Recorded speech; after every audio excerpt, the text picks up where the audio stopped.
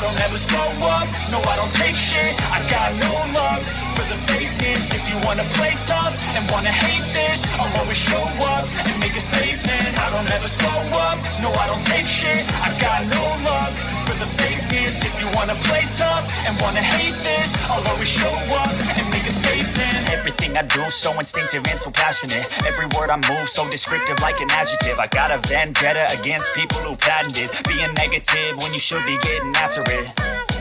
I got facts over tracks, this and that. Spitting slow, spitting fast, I could roast, I could gas. Think I'm okay at last, but I don't know if that can erase all the past. And the pettiness, a reflection of the emptiness. Hilarious, you think you're worth my time, you're delirious. Mysterious, because you hide behind a fake exterior. Inferior, you know I'll always be a bit superior. Get off of me, this ain't no humble brag. I want you to hear words, you can say them back. I want you to feel free from the chains at last, and to believe in what you got, it was built to last, yeah. Now that I've been put through hell, I never got anyone's help. I had to do it all myself. I don't ever slow up, no I don't take shit. I got no love for the fakeness. If you wanna play tough and wanna hate this, I'll always show up and make a statement. I don't ever slow up, no I don't take shit. I got no love for the fakeness. If you wanna play tough and wanna hate this, I'll always show up and make a statement. Gonna learn the consequence of being incompetent. Mental health is confidence, dreams and some honestness. I'm not here to save the day, that's for you to take away. I could play a million mind games, but instead I say something not illogical, something that is topical. Rub it on and watch it go, make yourself unstoppable. Dreams are irresponsible, but they're always possible. If you just believe, you could be so remarkable. Thoughts in my head, a collage and they spread. I'll be great one day, going off of my meds. No, I'm not giving up, no, I'm not giving in. I will make it to the top, taking off in the wind. I gotta make it, I'm saving every day to taste it. I'm patient, but my mind, it can hardly take it. I'm chasing a dream that I've had for several ages. A vacant, modern kingdom for the taking. Now that I've been put through hell, I never got anyone's help. I had to do it all myself. I don't ever slow up, no I don't take shit. I got no love for the fakeness. If you wanna play tough and wanna hate this, I'll always show up and make a statement. I don't ever slow up, no I don't take shit. I got no love for the fakeness. If you wanna play tough and wanna hate this, I'll always show up and make a statement. I don't ever slow up, no I don't take shit. I got no love for the fakeness. If you wanna play tough and wanna hate this, I'll always show up.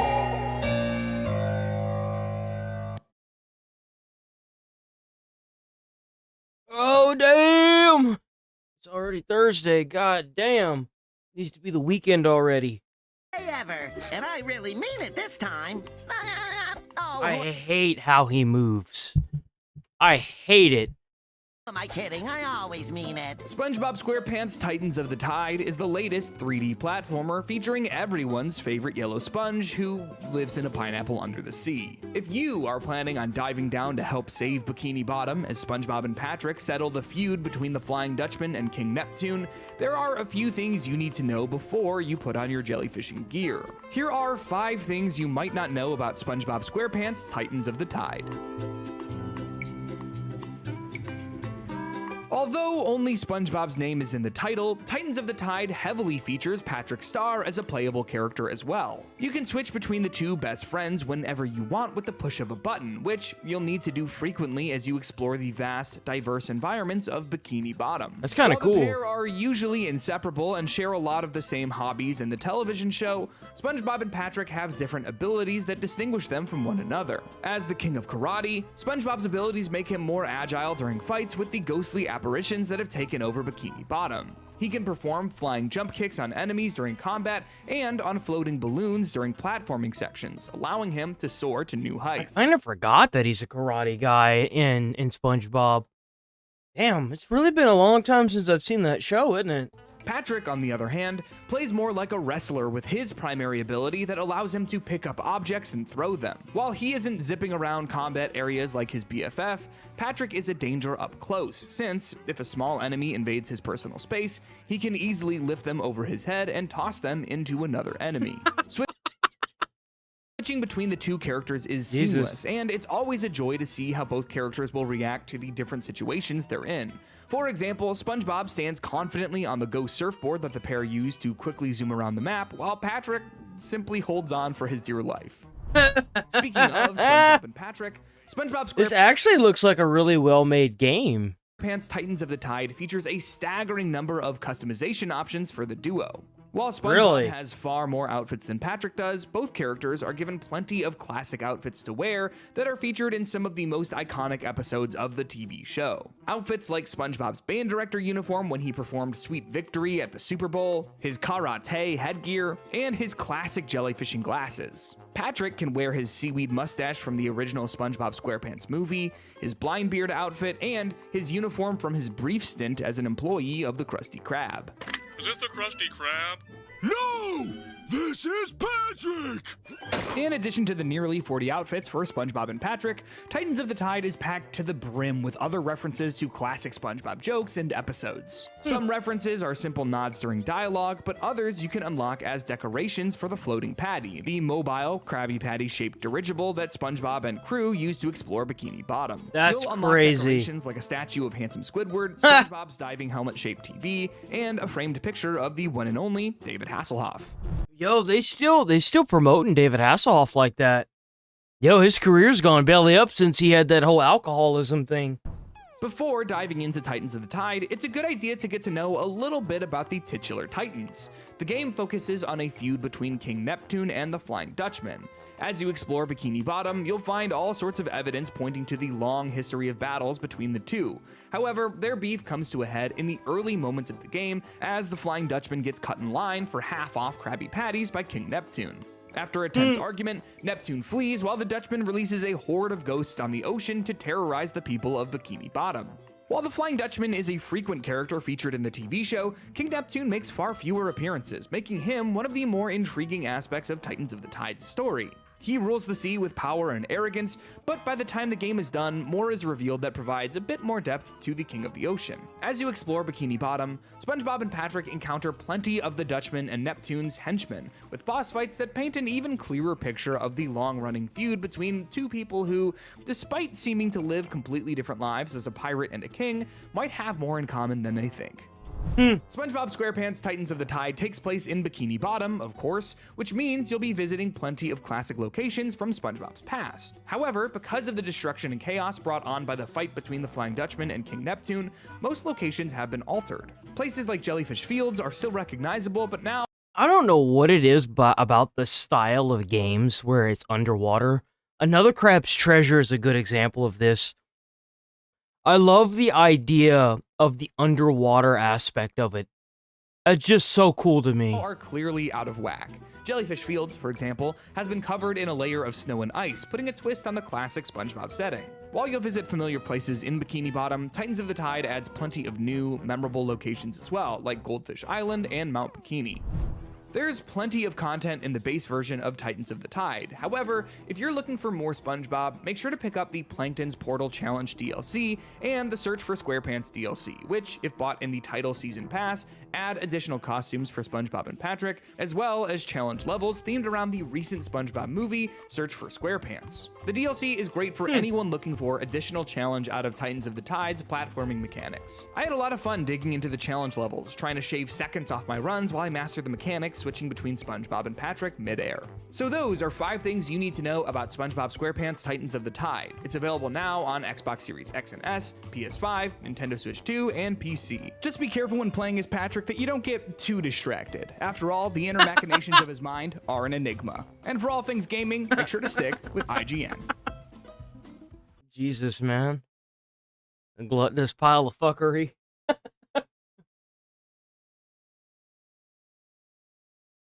Here we go. This is 8 minutes too. Whatever. If it's not me that's Whoa. possessed, or just the mind. Okay, here we go. It's real anymore. Stick a call, motherfucker. Oh. This looks like shit.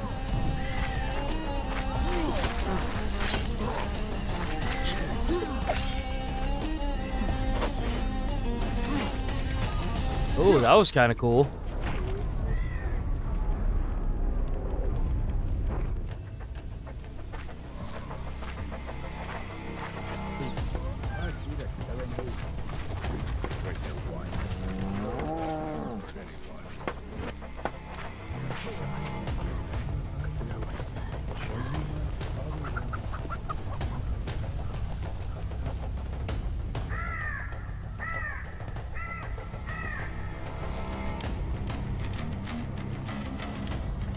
Power reveals the man. In your case, we didn't have to wait long. Who the fuck are you anyway?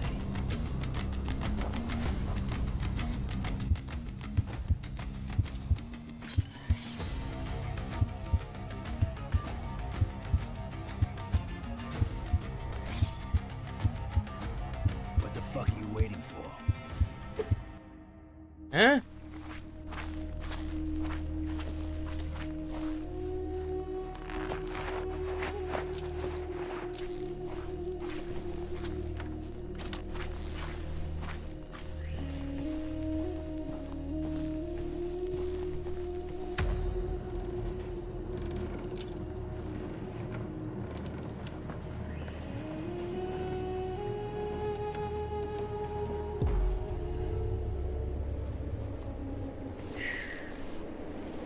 Listen. Isn't it beautiful? Since I was a child, I used to sit here and listen to the howling wolves. Within the shelter of those ancient stones, they always made me feel safe. Sometimes I get the feeling that these beasts, though wild, have more loyalty in them. Is that supposed to be a wolf? Bro, that looks like Tell me your shit. story. You just can't stay away. You lied to me. Why?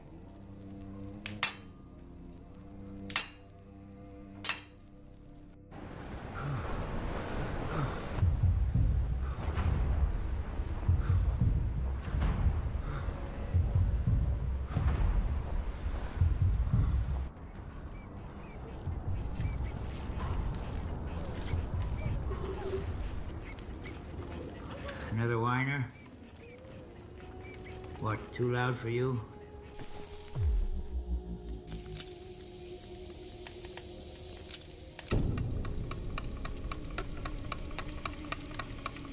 Mental state. Ugh. Bro, ain't nobody trying to play a game with mental state. Suck that shit up.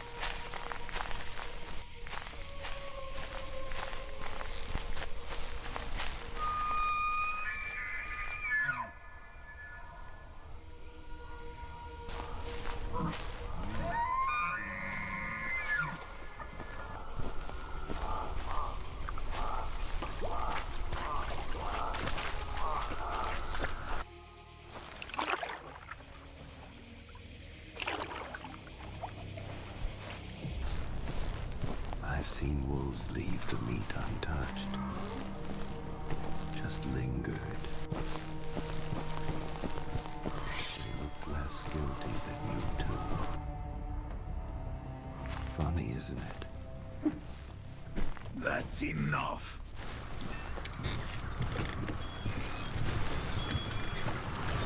You see that chop on the water? This game seems like shit. Storm's coming from Bro's the hair is clipping through the goddamn... the veil that he has. This game's a snooze fest. What is this? Ograniczać w sztuczny sposób dostępu do lokacji, ani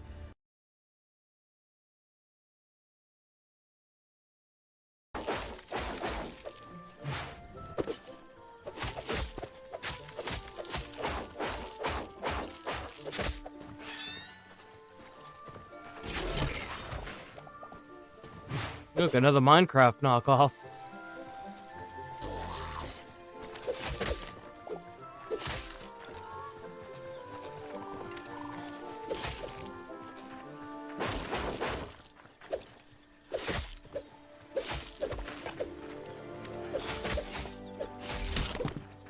Damn.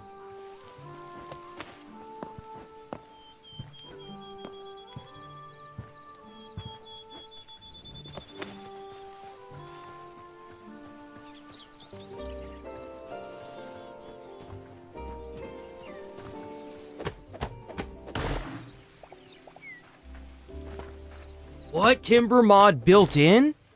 Unheard of.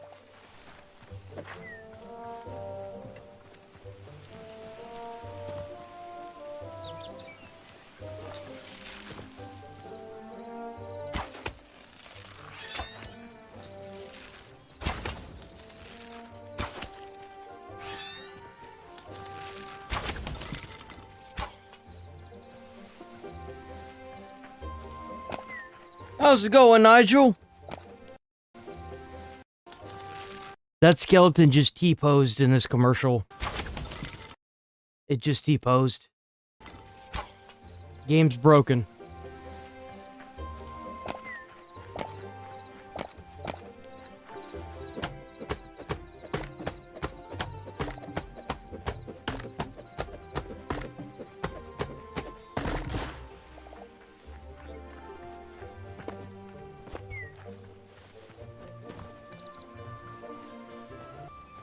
Pretty damn tired, not gonna lie.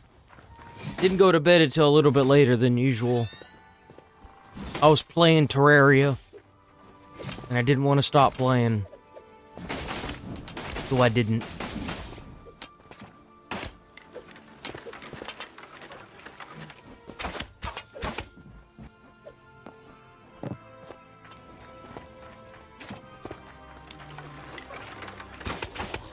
What the fuck? This is 16 minutes?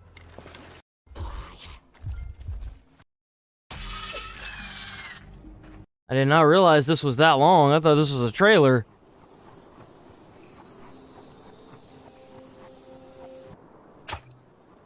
What the hell is that thing?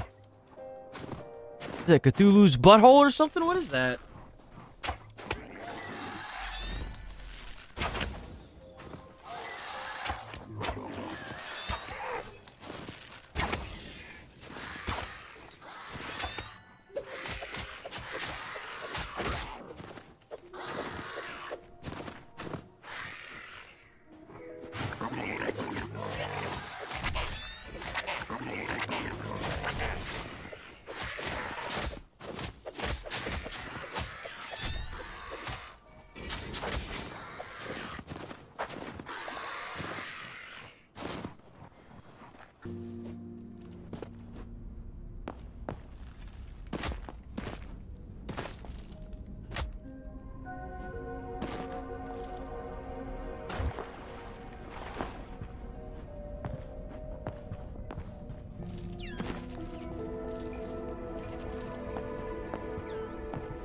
Is that a health potion? Of course it is.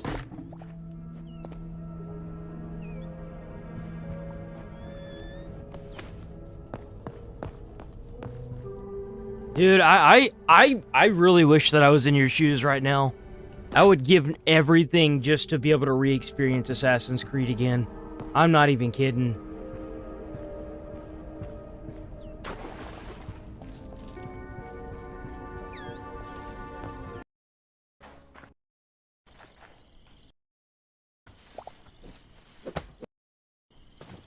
Kinda hoping that I'd see some mining, but I guess not. Would want to show any useful gameplay now, would we?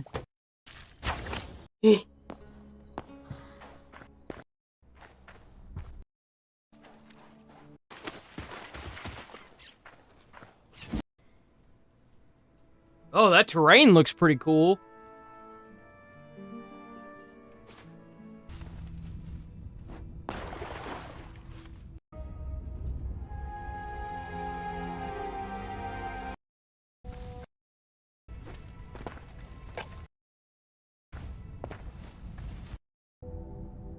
Ooh, here we go. This is like underground. That's cool looking, dude. What the fuck? That's an underground area.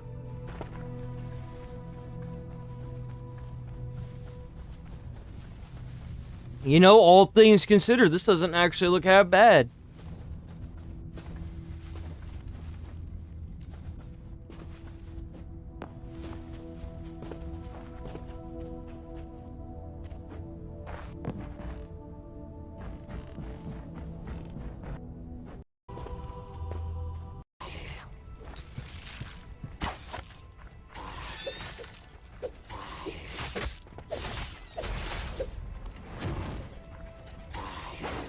It definitely looks like a knockoff Minecraft, but it doesn't look bad. I'd say that. I think it actually looks kind of good.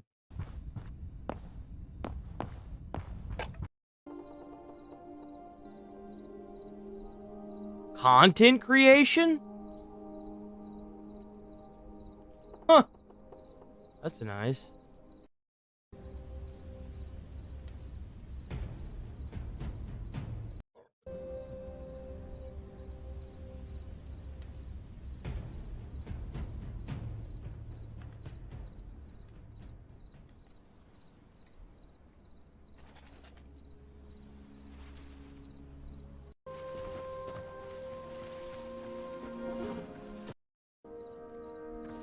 Oh, what the fuck? Oh, what the fuck? What is that?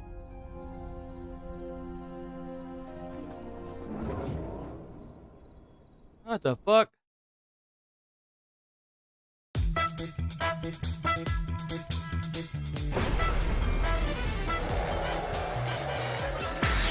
I still think this is legit, dude.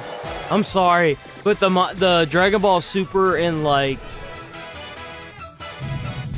Minecraft, because there was an old school Minecraft mod that was called like Dragon Blocks or something like that, and it like had a lot of Dragon Ball Z stuff in it, but it's so much better when the actual company that's doing it makes it.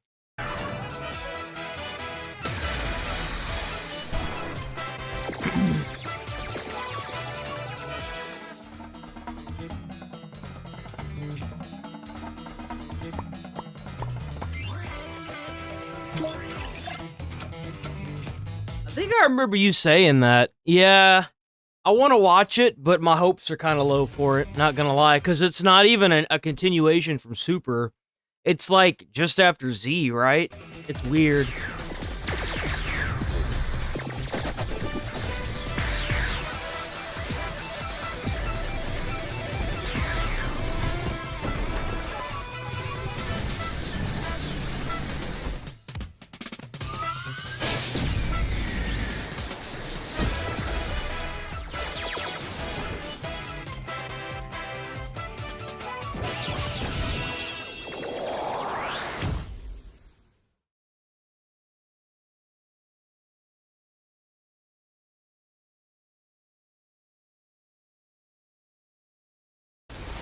So this Jurassic Park survival game looks legit, dude.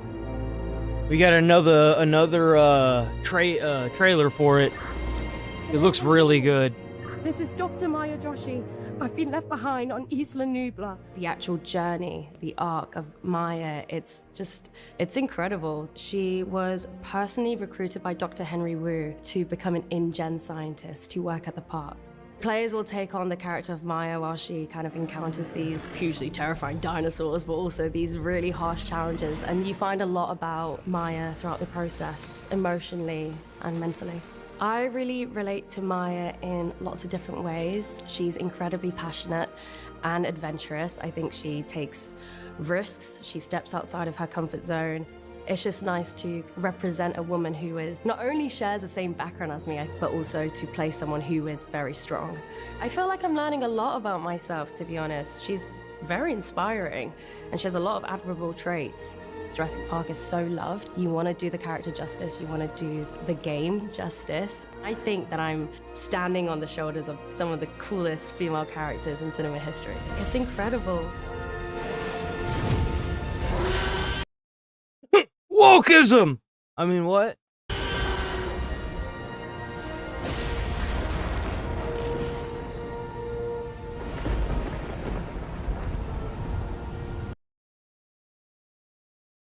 Oh, God. Why am I doing this to myself?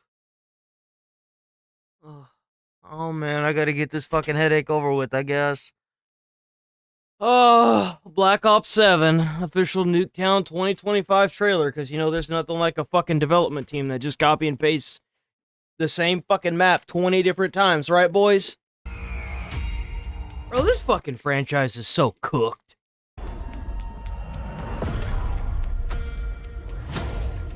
Welcome to the neighborhood of the future.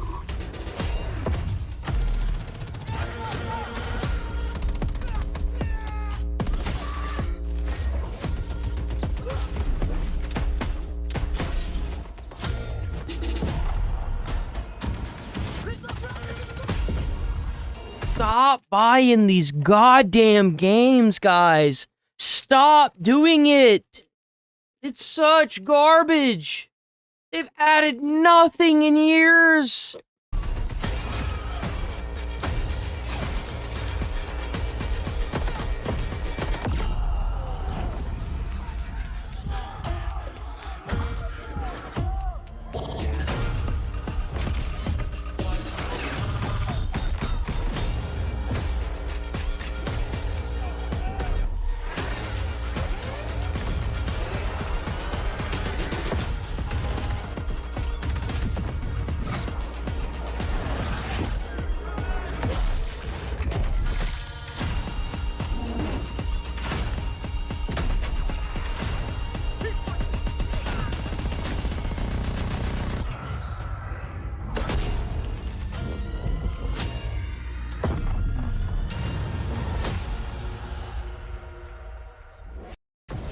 Unlock the Vault Edition today. Fuck no, I wouldn't pay no $200 for this garbage. Fuck no, dude, what a joke. Oh man, and we got the Nintendo knockoff now.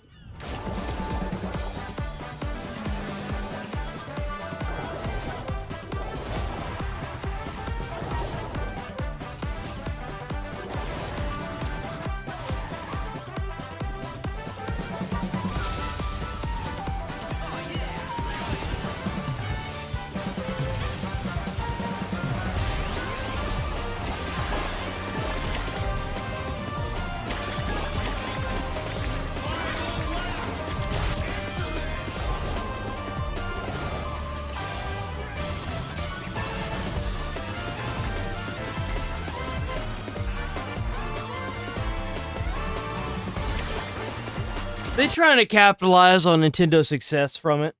It's garbage.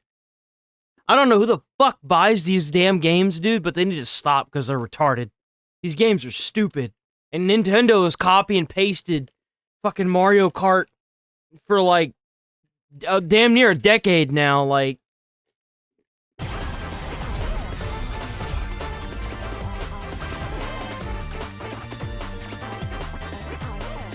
it's so stupid, man. It's so stupid. Wait, what the fuck is this?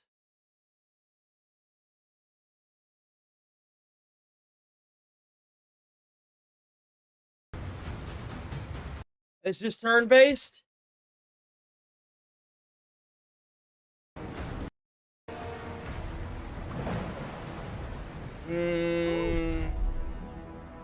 This looks turn-based.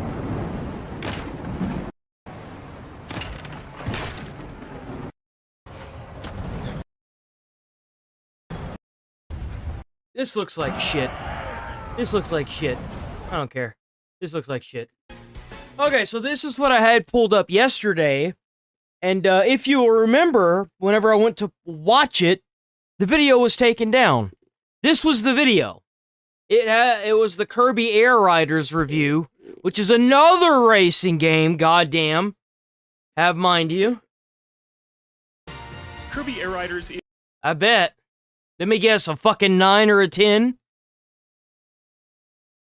is totally bizarre, and I love it for that. This unexpected sequel to a niche single-button GameCube racer makes a I don't know who the fuck plays this dog shit. Who plays this crap? Who the hell plays this? This looks stupid. significant jump forward. Bro, somebody need to learn how to grow the fuck up. What is this shit? It has an enormous amount of varied content, meaningful unlockables, in-depth customization, and an unrivaled Meaningful unlockables. attention to detail. But there's only so far you can push a control scheme that's sometimes too simplistic for its own good. And Air Riders occasionally crashes into roadblocks caused by its own self-imposed limitations as a result. But if you meet the surprise revival on its own terms, you'll find a fun, frantic action game with an almost unreal amount of stuff to do. That's the problem that I have with all these new Mario Karts that are coming out, dude. They're all the same shit. If you've played one of them, you've pretty much played all of them. Like, there's really not that much of a difference between, like, Mario Kart, like, for the Nintendo Switch than there is for the Nintendo Switch 2. If you've played one on the Nintendo Switch, you've played every one of them for the Nintendo Switch and the Nintendo Switch 2. Like, they're not...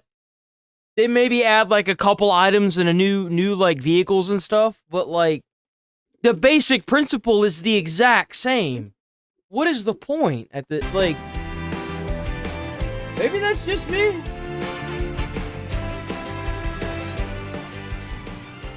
Air Riders includes more than 20 machines that each handle pretty differently. Yo, why is... Okay, so you're onto something. I've actually played the Mario Kart for the Wii and the Wii U. It's way better than the ones for the Nintendo Switch. Like, seriously. And a similar number of playable riders who come with their own stats and Final Smash-like special move.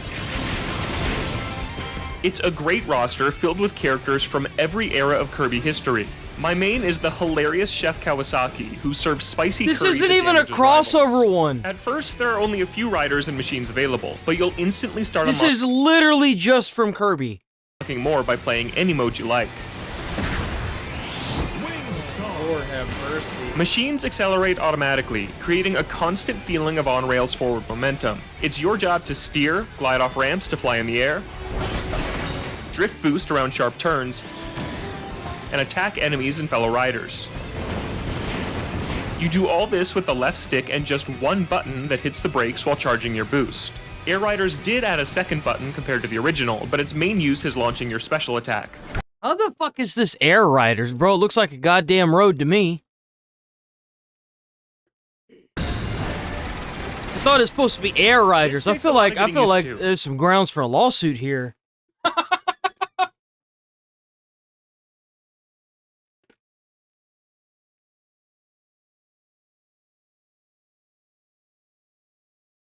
I mean, I could see it. Only the hardcore players know about Wii. The only reason why I knew about it is because I had one of those entitled girlfriends that, like, you know, they have all of, like, the Nintendo stuff because they were raised very privileged. Corners one of those. on a floaty machine doesn't feel Still natural kinda do, at first. but and still. the unique quirks of mini vehicles ask even more of you, like the Swerve Star's limitation of only being able to turn while braking. What the fuck? But I love how strikingly original these... Fuck? What the fuck? What the fuck is that? In a racing game? Unique quirks of mini vehicles ask even more of you, like the Swerve Star's limitation of only being able to turn while braking.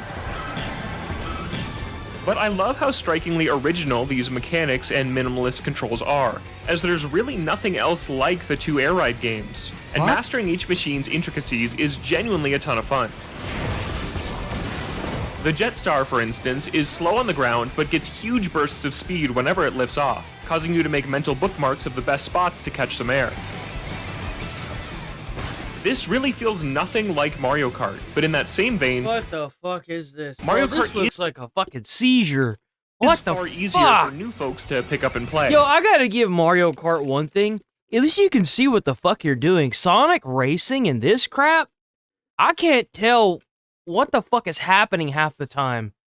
I gotta give it to, like, Mario Kart for that. Like, seriously. That's the one thing they have right, is that no matter how much CC you go up, it doesn't look like jumbled crap. Like, seriously. In-depth lessons that explain everything in great detail, But if you're inviting friends over to try it out for the first time, expect a similar amount of onboarding as teaching someone a new board game.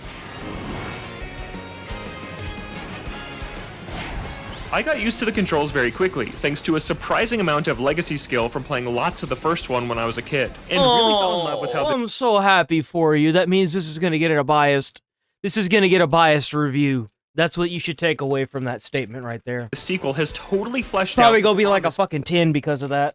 of the original. This improvement is specifically noticeable in Air Ride, the traditional racing mode that features 10 6-player races on a fantastic lineup of 18 courses, 9 new and 9 returning. A common complaint to the first game, which I share, is I'm fine with the difficulty. It's just like when you up the speed, you still have to be able to see the fucking map. Like that's what I'm saying is like Sonic is the only one that like no matter how many CCs you go up, even in the older versions, you could still see the goddamn map. Like and Sonic Racing is the worst with it. Because whenever you go, like, to a certain speed, you can't even tell what the fuck is in front of you half the time because you're just going so fast that everything just kind of blurs together. that the racing often felt like it was playing itself without much input. While it's still true that your machine can stumble to the end without you doing much of anything, there are a lot more things to consider in Air Riders that raise its skill ceiling to a satisfactory level. Again! What air? I see a road. Opponents in front of you leave behind a trail of stars, and you want to stick to their racing line as closely as possible to increase your top speed. It's very important to defeat enemies as well, because every kill grants a small speed boost and charges your special meter. You want to keep the little things in mind too, like landing perfectly parallel to the ground to gain a speed boost on each jump. Some of these mechanics were in the first Air Ride, but they've been buffed here, and with an increased speed overall, I really felt locked in while keeping track of the fast-paced action and rhythmically hitting A at the right moments. This is all made even better by some incredible track design. Each new course feels like a roller coaster ride, with awesome visual effects, high-energy music, and tons of branching paths that play into different machine strengths. My favorite is Mount Amber Falls, a downhill... Actually, you know what? This one doesn't look half bad. This one doesn't look as bad as I thought it did. I think Sonic Racing is the only one that does that so far, where it just blurs the track. Sprint filled with switchback turns through a gorgeous forest bright with fall colors. I think it's just But there's Sonic. really not a weak entry in the lineup. But you can make the game faster without blurring everything together. Top Ride takes the action to a bird's eye view. Oh, what the with fuck? top-down, Oh, I hate that. bite-sized races on miniature courses inspired by the main tracks. Ew! This simple mode wears thin very fast, and honestly only feels Yeah, I like can see why. You can't see shit. here out of obligation to the original. To be fair, it is more fleshed out than it used to be, but I'd almost always rather be doing the standard races instead. What? Oh, okay, I like this map. I like how this map looks. The last main game Oh, type come is on! City Trial, the I wanted to see more of that one! fan favorite battle mode where up to Dickhead. 16 riders drop into an open city map and work for 5 minutes to build the strongest machines they can. Once time is up, everyone competes to win a minigame with that custom machine. Over 20 years later, City Trial is still the highlight of this package. Riding around the new map called Skya, hunting for... It's not a matter of falling. That's the problem that I have. So, oh, here, look, this is a good example. So, like, right here, you see how this is blurred? Like, it's got, like, what the fuck is going on here? But, like, in the Sonic Racing, my issue is when you go too fast, in order for them to simulate the speed in which your character is going, it blurs everything in front of you. And I'm just like, dude, like, I can't see. I haven't played it, but I've seen XQC play it, and he stopped playing it because of that. And I was like, yeah, no, there's no fucking way I'd be able to play that shit. Like, you can make the characters go faster without blurring the entire track. Stat boosts and a better machine, attacking any rivals you come across, and dealing with the random events that take place is a blast. And it's so easy to play just one more round with friends. It keeps things fresh by spicing up each run with dozens of potential field events. From surprise boss encounters, to energy tanks running at full blast for a limited time, to a UFO covered with items flying in. That's funny. There are slight variations to Skya's geography too. Sometimes it's autumn in this forest, warp gates appear at different spots, and if you're lucky, these far-off islands littered with power-ups will appear, giving you a huge advantage if you can build a glider good enough to reach them. Just like the courses, intimately learning every corner of the city is rewarding, happy. And you'll start to figure out your favorite. I can't tell you how many people tried to shit on that video that I made for Donkey Kong, dude. I can't tell you how many fuckers I had to put in their fucking place on that video. It was like, oh, maybe they just enjoyed the game. Bro was glazing Donkey Kong Country. What you talking about? It's just another Nintendo platformer. It's garbage. I don't know who the fuck buys these games. What is the target audience for this shit? A 7-year-old? But not at $80 a pop, it's not. I mean, 100, well, no, it's 80. It's 80 now. Favorite things to do, like diving into the volcano to collect all the goodies that have spawned there, or work on assembling a legendary machine, which happens so rarely that it feels special every time. Sometimes City Trial gets too hectic though, to the point where it borders on over. Bro, like, I could get it if it was like a one-off by Nintendo as a platformer, but it seems like everything Nintendo publishes is either a platformer, a shit Pokemon game, or some weird-ass racing Mario Party style game. Like, that's all they publish. Like, you can't say Donkey Kong was new because they've been making Mario games for generations now. Like, it's not new. They just replaced the character with one that could break the scenery. That's it. It's the same shit. Overwhelming. It's not uncommon to feel like you're completely out of control if you gather too many power-ups. You might think that means you should be careful to not pick up everything in sight, but given the slippery turning and constant acceleration, it's not really realistic to pick and choose what you pick up and what you don't beyond a certain extent. Because of that, the machine you assemble often ends up being more about what happened to you rather than what you chose to build. That's still entertaining, but don't expect City Trial to be some highly competitive skill-based mode. It's a frantic, fun party mode first and foremost. This ideology extends to the stadiums that wrap up each City Trial, as the way the final challenge is selected is very strange. When playing online with 16 riders, everyone is given 4 choices for which minigame event to compete in based on the strengths and weaknesses of their personal machines. Do you have a really high top speed? You'll want to pick Drag Race. Does your machine rip opponents to shreds? Pick Kirby Melee or Dust Up Derby for a combat-focused challenge. I loved the Wingstar machine in 2003, and I love it now, so I'll always hop on it when I see it, and I usually end up in a glider-based challenge like Target Flight or Air Glider as a result. It's nice that you're given a choice online, so you're not at risk of ending up in an event you have literally no shot at winning. Bikes, for example, can't glide at all. But this also means there's a high chance you don't end up in the same stadium as your friends when everyone splits off into their own challenge. Meaning you just competed for 5 minutes. Okay, that's kind of cool. So, like, that means that whenever you split off during a main race, that everyone gets their own challenge based on what vehicle they have. That's kind of cool. To battle CPUs or strangers. When playing locally, it's the opposite problem, as you'll all vote between 4 choices, and everyone ends up in the same one selected by a roulette, which means you will end up in a stadium you have no— Lethal no death run, brother. Whenever I played Ghost of Tsushima, I was like, yeah, if I die, I'm gonna do like 10 push-ups.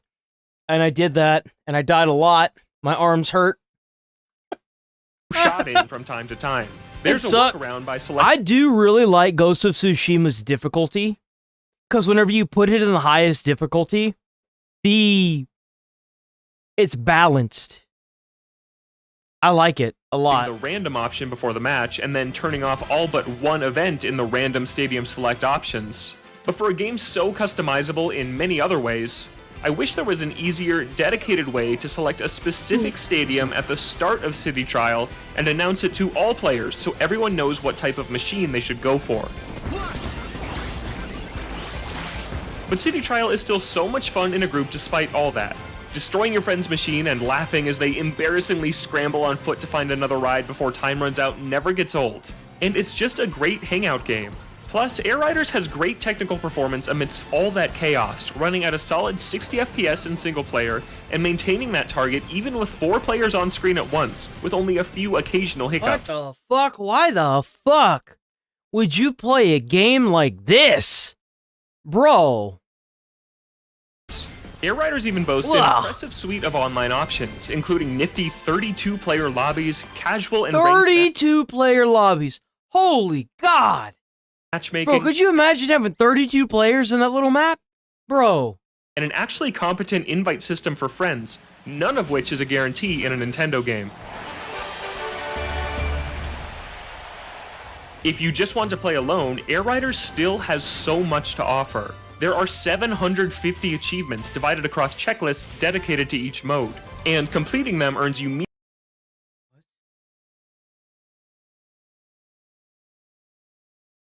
750 achievements?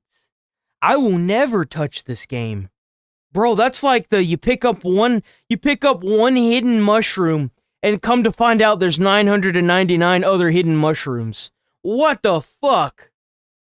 meaningful unlockables like characters, machines, tracks, Holy music, shit. alternate colors, hats, and other cosmetics. You're constantly unlocking achievements. Bro, you gotta be playing this shit from the moment you're born to the day you die.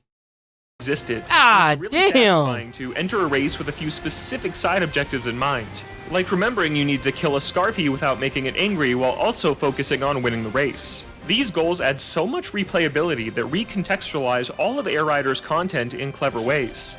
And after more than 25 hours, I still have well over 100 left to unlock. Even better, you can attempt an achievement straight from the checklist board, setting up all the necessary requirements for you with the press of a button, which is a really smart evolution of this concept. Everything you do earns you money, which you can spend on additional paint options, stickers, and accessories to fully customize your machines and take them for a spin in any mode. It's surprisingly in-depth, and I love designing personalized versions of my favorite vehicles and spending in-game gold, no real money microtransactions here, on other players' creations in the online market, like this incredible box star that looks like a GameCube. Then there's Road Trip, Air Rider's single-player campaign that features a surprisingly epic story. Similar to Smash Ultimate's World of Light or Classic mode, Road Trip repackages all of Air Rider's modes into bite-sized challenges as you work to level up your machine. It only takes about 90 minutes for one run as you ride through hub worlds, select challenges based on their rewards, and run into other references from Kirby history. It's a fun distraction and a great way to unlock more stuff. Wait a minute, you don't like Dark Souls 1 and 3? Let me guess, you like Dark Souls 2, don't you? You fucking weirdo. I hate Dark Souls 2. But I prefer the main modes to this remix, especially when so many of Road Trip's challenges focus on one-on-one combat. I played it and beat it once and I said never again. Where you need to destroy a specific rival to win, which is easily this control scheme's biggest weakness. It's just not precise enough to support it. Combat works in the context of City Trials group battles where your attacks are sure to hit someone, but when you're given a specific machine to attack while frantically racing around a course, it's frustrating, and a key example of Air Riders stretching this control scheme past its limitations. Beyond that, there are so many little details that elevate the whole package. Sakurai's distinct flair is fully intact here. Bro, you're trying too hard. Stop glazing the game. You're literally showcasing cosmetics at this point. Stop glazing this game. A character select screen with an announcer. Deeply customizable rule set. Every fucking game has that, bro. That's to let you play almost however you want. A music player where you can set how often you'd like each track to play during certain modes, and plenty more. Air Riders is undeniably well made, with a high baseline of quality that's always present. I'm not sure what's crazier, the fact that Kirby Air Riders exists, or the fact that it's this great. It's gonna be 10. It's gonna be a 10. It's gonna be a 10. I can already tell. A blast in local or online multiplayer during its traditional races and unique battle mode. And its frankly absurd amount of fun achievements to chase, meaningful unlockables, and deep customization make it great for solo players too. The biggest hurdle to enjoying its dizzying amount of content is how it all controls. as its frantic pace and slippery one-button control scheme is endearingly novel, but occasionally too simple for its own good. Air Riders just can't help itself in sticking a little too closely to its original blueprint at times, making it not as approachable to pick up and play as Mario Kart, and not as technically rewarding or competitively viable as a fighting game like Super Smash Bros. But if you're willing to go along for the ride... you just compared this to Super Smash Bros., a fighting game. Why the fuck are you comparing this to a fighting game? It's a racing game. That's like apples and oranges, bro. Like, what are you doing? You're in for a chaotic action racing game. Oh, that's disgusting. I look forward to watching IGN go under.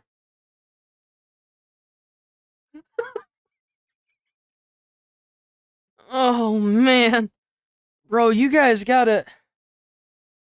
Watch, come to find out, the reason why they pulled it down yesterday was because they made the score too low. Damn, I wish I had skimmed it to see the score, but I don't. I need to start doing that in case that shit goes down again. I don't want to because I want it to be an actual reaction, but if they keep taking the shit down like that... Bro, like, fuck. Here we go. Steam thing. I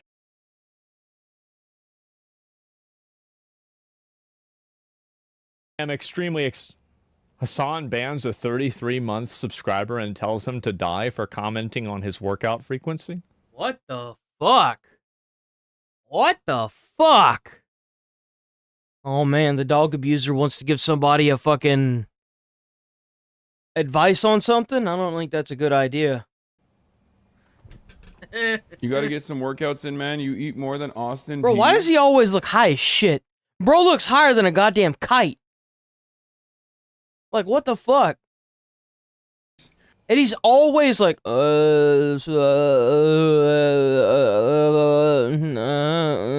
dude, what the fuck? Hello?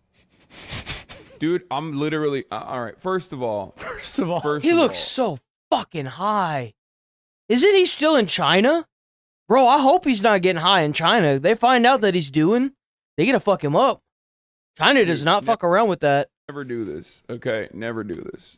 Just never do that, okay? Fucking a 33-month sub gonzo like that. Okay? Bro's been paying Hassan for 33 months and just got nicked, dude. He's shocking everyone.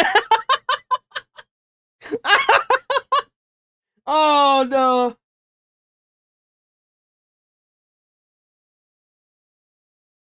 I could maybe I've never played it. It's alright. Terraria's okay. It's not bad. What a shocking video! Terraria is a very complex game. You can't go into it thinking it's like Minecraft. You have to hit, like... To give you an idea, the Eye of Cthulhu will spawn in the overworld once you find 400 health. And the only way to do that is by mining and finding heart crystals. And the only way to figure that out is to explore. And the game doesn't tell you that. So, like, it's very complex and complicated.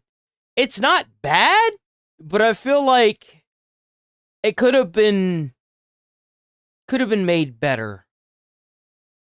If that makes any sense. That's number one. Whoa! Suck my fucking cock. Oh my god. Okay, perish. Jeez. And this is why he's mad. A few days ago, we posted the crash out. Now comes the roach out. Let's watch it. Best just chatting. You already know what I'm gonna put there. Come on, chat. You already know. Nominate me. He didn't get nominated for anything? Dog, it's voting. You didn't vote, which I don't even think it's that. I'm gonna be honest. Oh, he's crashing out over the awards. Yeah, he was kind of butthurt because he only showed up in like one of the award categories, and it was to be nominated as something, but he didn't even make it to the final nominations. And everyone was like, well, that's because your audience never turned up. They never do. But then, like, they say that, but he always ends up in the final nomination for something like every other year. So his audience does exist. I kind of feel like it's biased at this point. I think we have a pretty big community. I'm certain that we did show up, but it is what it is. You know, we've been.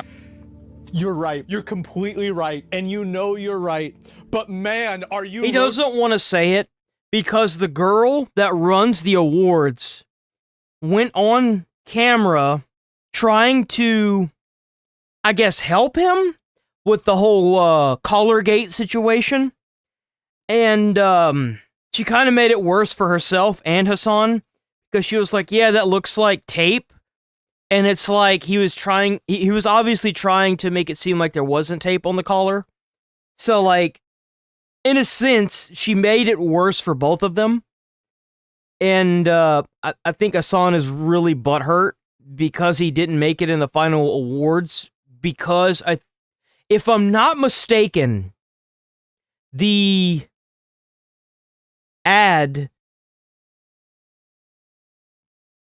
advertiser for the Stream Awards is AT&T. And AT&T doesn't want anything to do with political anything.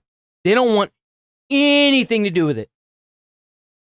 I think that's why he never... That's also the reason why Asmon wasn't even mentioned in this year's Streamer Awards. Is because AT&T, the people that are actually paying for it, don't want anything to do with political streamers. And Hassan wants to be nominated and win one because it would solidify his position on the Twitch platform as a political streamer and he would be seen as an equal. Same thing with asmongold. But the thing is there's so much scrutiny and like upside down smiley faces towards political streamers that it's just not going to happen. Out on her after she went to bat for you with that dog thing. I have been to Hassan's house Yeah? every day for the past 2 years. Yeah? Okay. I have never seen the dog get shocked. You didn't promo us? Oh, shut up. Shut up. See? That's not true. Yeah. That's 100% coke. He's actually mad that he didn't get nominated. Then 99.9% of all of the other fucking... Even Hassan is calling it. You know this shit was rigged. I think that Hassan probably was nominated once or twice, and I think that they took him off the list because he's controversial. Who cares? I don't care about the Streamer Awards. That's actually really surprising that he would roach out on them like that. God damn, he really... He obviously cares about the Streamer Awards. He just banned a 33-month sub. Beyond that. Again, if she would just come out and say, we didn't give some people nominations because the sponsors wouldn't like it, I would be like, okay, all right, reasonable. But you want to go But she came out and said that people didn't get nominated because they're view-botting, which, by the way, is very offensive. It's fan voted, and then insult and insinuate that the people that didn't get nominated are view-botters. You do have to log in with a Twitch account. And you have to fill it out, which I know some people's viewers don't. Which to Hassan was a slap in the face. And it's a slap in the face to anybody who wasn't actually nominated to the next level. Because, like, she made that a general statement, not a one-off. And that's what's fucked up about it. She's trying to insinuate that they're view-botting. If you told me that Hassan would team up with Asmon and XQC to accuse... Yeah, XQC's even against this. He's not even a political streamer and he knows it's fucked. Of rigging the nominations, I would have never believed you. Watching this fake streamer group implode is so fucking satisfying. It's not as satisfying. And the thing is she's the owner. It's her show. The Stream Awards, it's all her. So she controls everything. She controls the nominees, she controls the advertisers, she controls literally the entire show. It's her show. She's trying to insinuate that they're view-botting. If you told me that Hassan would team up with Asmon and XQC to accuse Cutie of rigging the nominations, I would have never believed you. Watching this fake streamer group implode is so fucking satisfying. This is the LA streamer group that we were talking about earlier this year whenever Hassan had his Collargate. I think it was like last month, actually. This is the same LA streamer group, the bubble, that I had talked about. I was happy to see it pop, because...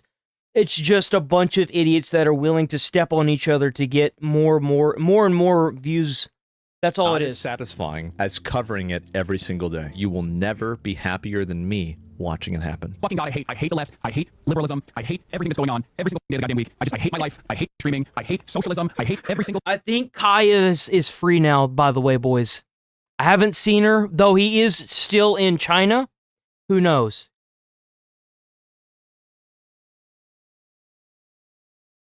Well, this is... Joining us now, Texas Governor Greg Abbott. What the fuck? Oh man, I had some choice words with Abbott whenever we had that flood a couple months ago, earlier this year. I'm pretty sure that will be overturned. Governor Abbott, let's first deal with... Bro, I can't hear shit. Joining us now, Texas Governor Greg Abbott. I am pretty sure that will be Jesus. overturned. Governor Abbott, let's first deal with Sharia courts and this designation. If I'm not mistaken, Sharia is a religion? Of the Muslim Brotherhood in CARE. Yeah. Well, first, with regard to CARE and the Muslim Brotherhood, we all know that the Muslim Brotherhood has been involved in terror across the world. And as you listed on your show already, you pointed out two of many examples about how CARE and its affiliates are tied to both Hamas as well as to terrorism. And in fact, one of the founders of the Texas branch of CARE was sent to prison for 65 years for financing terrorism. The fact of the matter is, there are people... W decision, by the way. It wasn't long enough. ...associated with CARE who pose a serious danger, and that's exactly why I designate them as a foreign terrorist organization that, among other things, prohibits them from either owning or buying property in the state of Texas. Damn, Okay, bro, that's let's what's move up. on. Are there really Sharia courts in the great state of Texas? God bless Texas. Is that real? Sean, it is real. We know of at least two that exist in the Dallas area. I've actually played that We're game. looking broader in Dallas County as well as Collin County, which is right next to Dallas. And that's why I sent the letter to officials both in Dallas and Collin counties to urge them to take action to root out any Sharia courts. And I am deploying the Texas Department of Public Safety to also root out any Sharia courts anywhere in the state of Texas. To be clear, the Texas Constitution does not allow Sharia courts or Sharia law. Texas statutes have banned Sharia law, and we are going to pursue this until we What the fuck is purge. Sharia law anyway? Let me see. What is Sharia law? Islamic legal system derived from the Quran, Sunnah, and Hadith. I'm so sorry. I know these are all like somewhat religious. I'm not trying to offend anybody. That provides a moral and legal framework for Muslims. It is a comprehensive code of conduct that guides all aspects of life, including family, law, finances, worship, and personal ethics, and can include both religious and secular practices. 5 types, obligatory No, you can't put Sharia law in like actual law. Any attempt to No. impose Sharia law in Texas. Let me ask you the last question. You can't impose it. You're gonna be in a world of hurt if you come into America and you try to force some other religion. That's the one thing that we have problems with right now, is trying to keep religion out of schools. You're not gonna come from a foreign country and try to impose something on these crazy ass Christians they got around here, bro. You're not gonna do it. I'm sorry. Like, that is the one thing, for some odd reason, these people will fight and die for. I don't know why.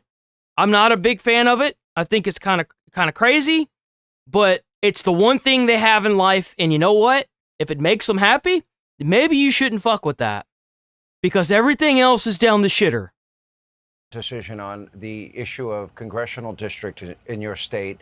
I do believe you'll win on appeal. I actually bought Wipeout, but this is I'll talk about it after this.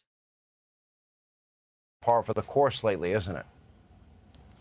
Well, it is par for the course. Also par for the course for the judge who issued the opinion. The judge who issued the opinion was overturned by a Fifth Circuit en banc court last year for his most recent decision in redistricting, and he got it wrong then. He got this one wrong now. And look at the senior judge who presided over this. No judge in America that's an American is going to vote to put Sharia law in. I'm sorry. And if they do, they're not going to be a judge for very long. That much I can promise you. Like, there are way too many schizo Christians that are diehard Christians, and that will not last. In this redistricting case, a 3-judge panel, the senior judge took that judge to task, the judge who wrote the opinion, and eviscerated him in more than 100 pages. You see, what's crazy is that if you look at what's happening, and this is what's so goddamn scary about this, you have to realize this is happening all over Europe right now. There are laws that are literally alienating their own citizens being passed all over Europe. Like like Islamic people coming to America, illegally immigrating or immigrating here based on some retard state senator that wants to bus people into New York and give them housing and food and all this free shit, and then gets elected officials, which, by the way, should be highly illegal. We shouldn't have an elected official running fucking New York that isn't even a fucking citizen or wasn't born in America. Like, it makes no sense. And now they're trying to push religious beliefs into our own system. We can't even figure out if we want Christianity in fucking schools or not. And you think that you're going to come into America and try to change the laws like that? Dude, there's no fucking way. There's no way that's ever going to work. There's no way. And what's scary is that it almost did. If we hadn't gotten Trump and started removing all these migrants and these illegals out of the country, we'd be just like Europe right now. We would be having mass protests against these migrants coming into the country. We would. Absolutely. We would have laws that would be very enforceful of other religious beliefs to a point where it would be oppressive almost. It's crazy. It is. I've never seen language so harsh by one federal judge against another federal judge, and I feel confident all right, the Nigel. United States Supreme Court is going to agree with that senior judge from the Fifth Circuit that this decision was a gross misjudgment. All right, Texas. I don't think it was a misjudgment. It was a test of the water to see what they could change. Very closely. Thank you for your time tonight.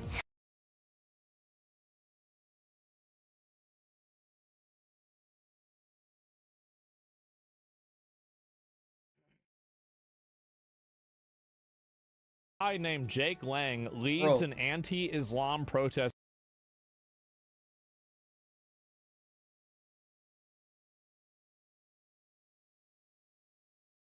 in Dearborn. Okay. Give me a second. I'm going to use the bathroom.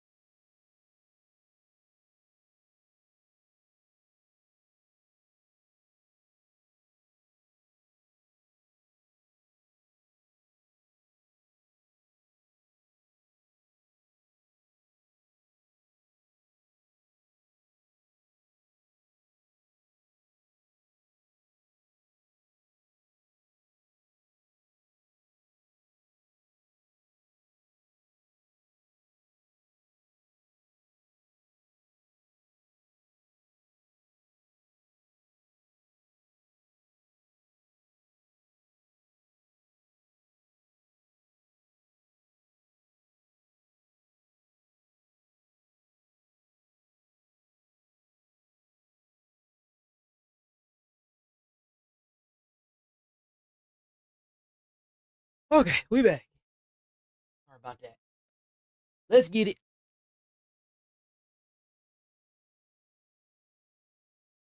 Okay. My headphones on, and let's get it, boy. There's a guy named Jake Lang, leads an anti-Islam protest in Dearborn, attempts Quran desecration. Uh-oh. I believe they're going to cancel the 6:30 City Hall meeting because everybody's chimping the fuck out. They're chimping the fuck out. I don't have bananas. Chill out. I don't have bananas. This is not America. This is an insurgency. They are taking over our country. They're taking over our country. Uh-oh. They want us all dead. Let's go, Nick. Wow, what's happening right now? Oh, shit. Wow. This is Dearborn, Michigan right now. Yes, this is Dearborn, Michigan. Any racist is not welcome. No races here. If you can't be peaceful, but every race is welcome. If you're a racist, you're not welcome. Uh-huh. At all, we do not. Every race is welcome. I thought it was Islam, not a race. 2, 3. Our president is a pedophile. Is that it? Let's see here. What in Iran is that? This is in Dearborn, Michigan. Here you go again. Christians are marching in Muslim-dominated Dearborn. Oh my fucking God. We've taken the streets of Dearborn. It's crazy. This shit, I don't know how bad this is over there, really. I have no idea. But this is nuts. It started? Yeah. Oh my God. Is it crusade time? For them it is. Yeah, I didn't even know about this until like earlier today, and this morning I was reading about it a little bit. It's a national emergency. There's more of this too. Oh, here we go. Live in Dearborn, Michigan for the march against... I didn't think it was this big. I didn't know that, like, people were trying to push Islam as much as this. This is crazy. Islamification. We will not let our country fall and become like London. We will stand strong against these Islamic invaders. These jihadis will have to go. That's a bit extreme. Christians in America. Why does he have bacon? What's that about? Before your daughters are raped in the streets like the animals that they think we are. They call us kafirs. They hate us, and they want to destroy white people and Christian America. We will not allow it to happen. He's got bacon. Bro, I hate to break it to you, but this is a bit extreme. Most of the senators and the politicians that get voted in, none of them are going to be okay with the Christian communities being under attack. Like, for fuck's sake, they had to go through an entire thing to, like, remove most of, like, the prayer out of schools because their people are so, like, gung-ho about Christianity. I think this is an overreaction just to get clicks and likes, in my opinion, but... 3 p.m. today, Schaefer Road and Michigan Avenue, a peaceful march standing strong against the jihadi Muslims. God bless America. Holy shit. And so apparently this is like a whole thing that's been going on. Let me see, there's a little bit more of this. They did not like it. Okay, so this is about the Quran? What is this? I heard about Trump apparently sucking I think it was Bubba is, I keep wanting to say JFK, but it's not. It's Clinton. Bill Clinton's dick. Because Bill Clinton is Bubba. That's his nickname. Is Bubba.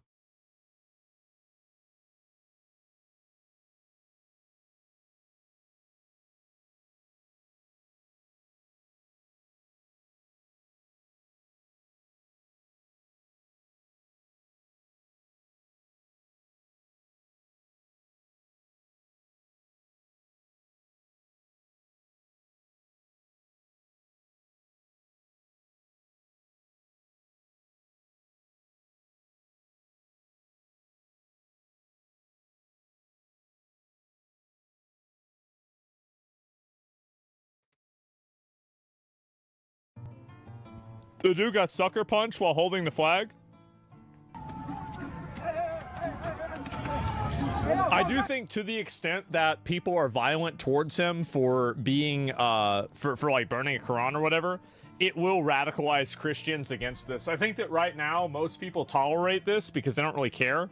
But to the extent that people can't criticize Islam publicly like this, it will continue radicalizing people, and you will have a massive pushback for this because, I mean, America is overwhelmingly a Christian country. So, like, if you have, like, one, like, kind of, like, cell of people that are trying to change that, it's kind of like, I mean, really, I would expect the same thing to happen in Saudi Arabia, right? I mean, you go over there and you try to push Christian ideology, you try to push Christian, values on them, and tell them that, this is the way that we're going to do things here. Well, I don't think that would go very well for you, right? And I think the same thing is going to happen here if it continues getting worse and worse, right? You won't stand a chance? Yeah, that's what I think is going to happen. Oh, it would take another Charlie Hebdo? Yeah, I think people would get, like, hyper-radicalized here in the U.S. It's a little bit farther away than you might think because, like, it's only really in one city and one country, in one state, right? Where this is, like, an issue to where, like, these people feel like it's like worth talking about. But I do think that obviously if it gets extreme, then people will push it even more. Do you envision a civil war to wipe them out? No, I don't really think so. I think that they'll probably just change the way that they allow immigration in. That's probably what they would do, realistically. Yep. Also heavy in Texas? I have no idea. Oh, there it is. What the fuck? You see, like, the more that this happens, I think that you're going to have people that become violent. It's going to happen. It is going to happen. And, like, to the extent, because, like, again, nobody has the right to not have their religion disrespected. I kind of agree with that. You can't just walk around and hit people because you disagree with their opinion. Because, like, and let me tell you why. Because if you get hit because you disagree with somebody's opinion, and, okay, so if I hit somebody, for example, because I disagree with their opinion, then who's to say somebody doesn't hit me because they disagree with my opinion? You can't let something like that proliferate. You've got to stomp that out. Like, you can say the guy's an asshole for making fun and fucking up the Quran, for sure, right? And maybe he is an asshole, but it's his right to do that. Yeah. And if he isn't able to exercise that right... Hey, that's fine up until you start lighting things on fire in public. If you start burning an American flag or you start burning the Quran or the Bible on a street corner, that's illegal. It's arson. Like, it doesn't matter what you seem to think or feel about it. It's a form of arson. It's illegal. Like, then you need to leave the country and go somewhere where that's the rules. You need to go. Because that's the way it is here. Nobody has the right to have their religion above criticism. Islamophobia is not a real word. It's made up to suppress people from criticizing Islam. It's made up by Muslims and people that are trying to push Islam to try to stop people from criticizing it. I think in some cases, the same thing happens with anti-Semitism. I think Islamophobia is much more of a fake word, but anti-Semitism is used and weaponized in the same way. America obviously is a Christian country. Probably always will be a Christian country. Yeah, like, there's too many people that were born and raised as Christians. I'm sorry. Like, the solid majority, like, it's in our fucking, it's one nation under God. You can't take that out. It is born and bred in every true-spirited American. Even the atheists understand how deep Christianity goes into the country. Like, it's in the Pledge of Allegiance. They had to fight tooth and nail to get it taken out of the morning pledges for schools. Like, there's talk that they're trying to put it back into school. Like, you can't take and change people's minds just because you moved here. Like, it's so ingrained in every American that I don't even go to church. I don't really believe in a higher power, but if someone asks me what my religious stance is, I was baptized as a Christian. That's just all there is to it. Like, if you tried to go over to Saudi Arabia or one of these other countries and push, Christianity over there, I think that they would not like that. And it's very obvious that Americans aren't going to like this either. It is. And to the extent that you're violent, aggressive, or... I strongly believe that if you're violent, because, like, if you're talking about something and somebody walks up and punches you, you should be able to shoot and kill them on the spot.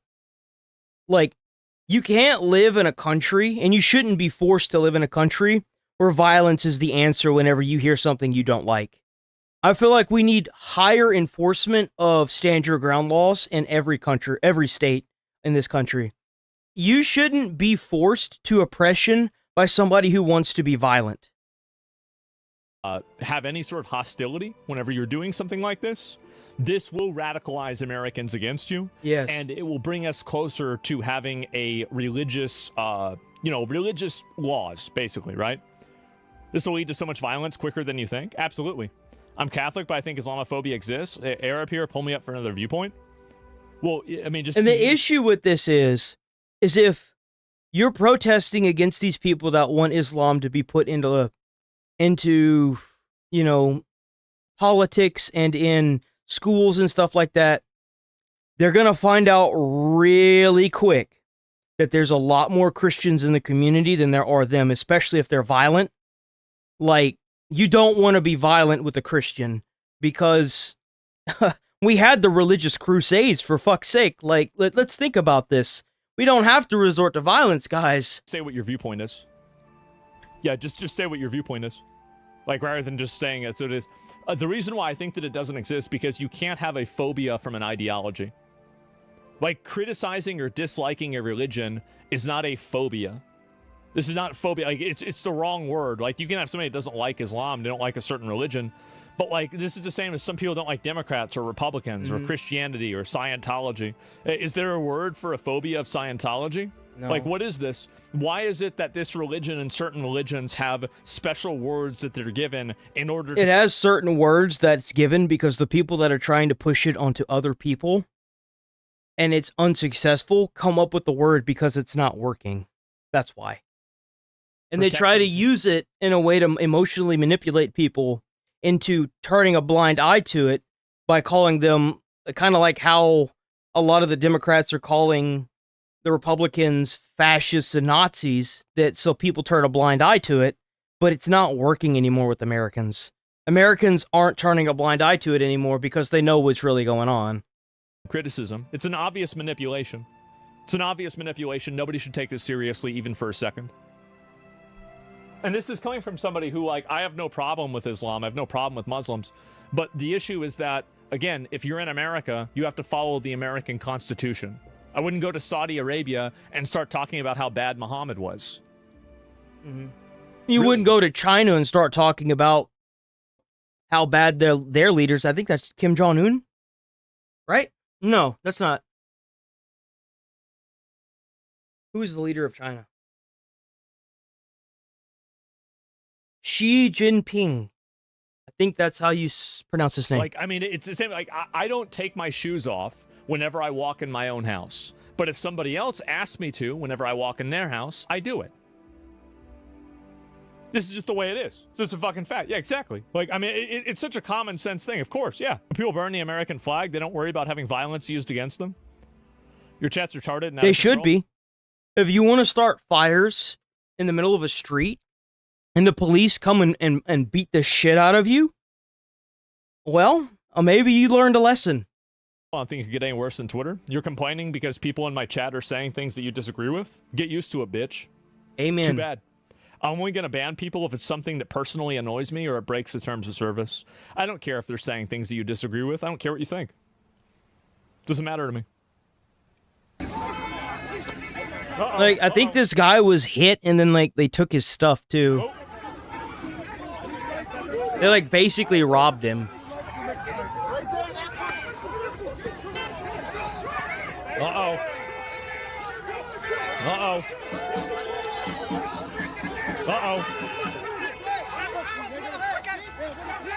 They gotta arrest these people. See, like, how can you counter-protest whenever the protesters are being violent?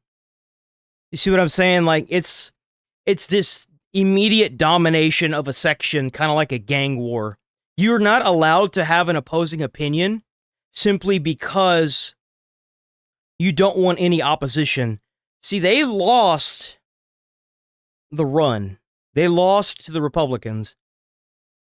And now that somebody is in office that is trying to deport as many of these people as possible, they know that their time is up. I know what they are.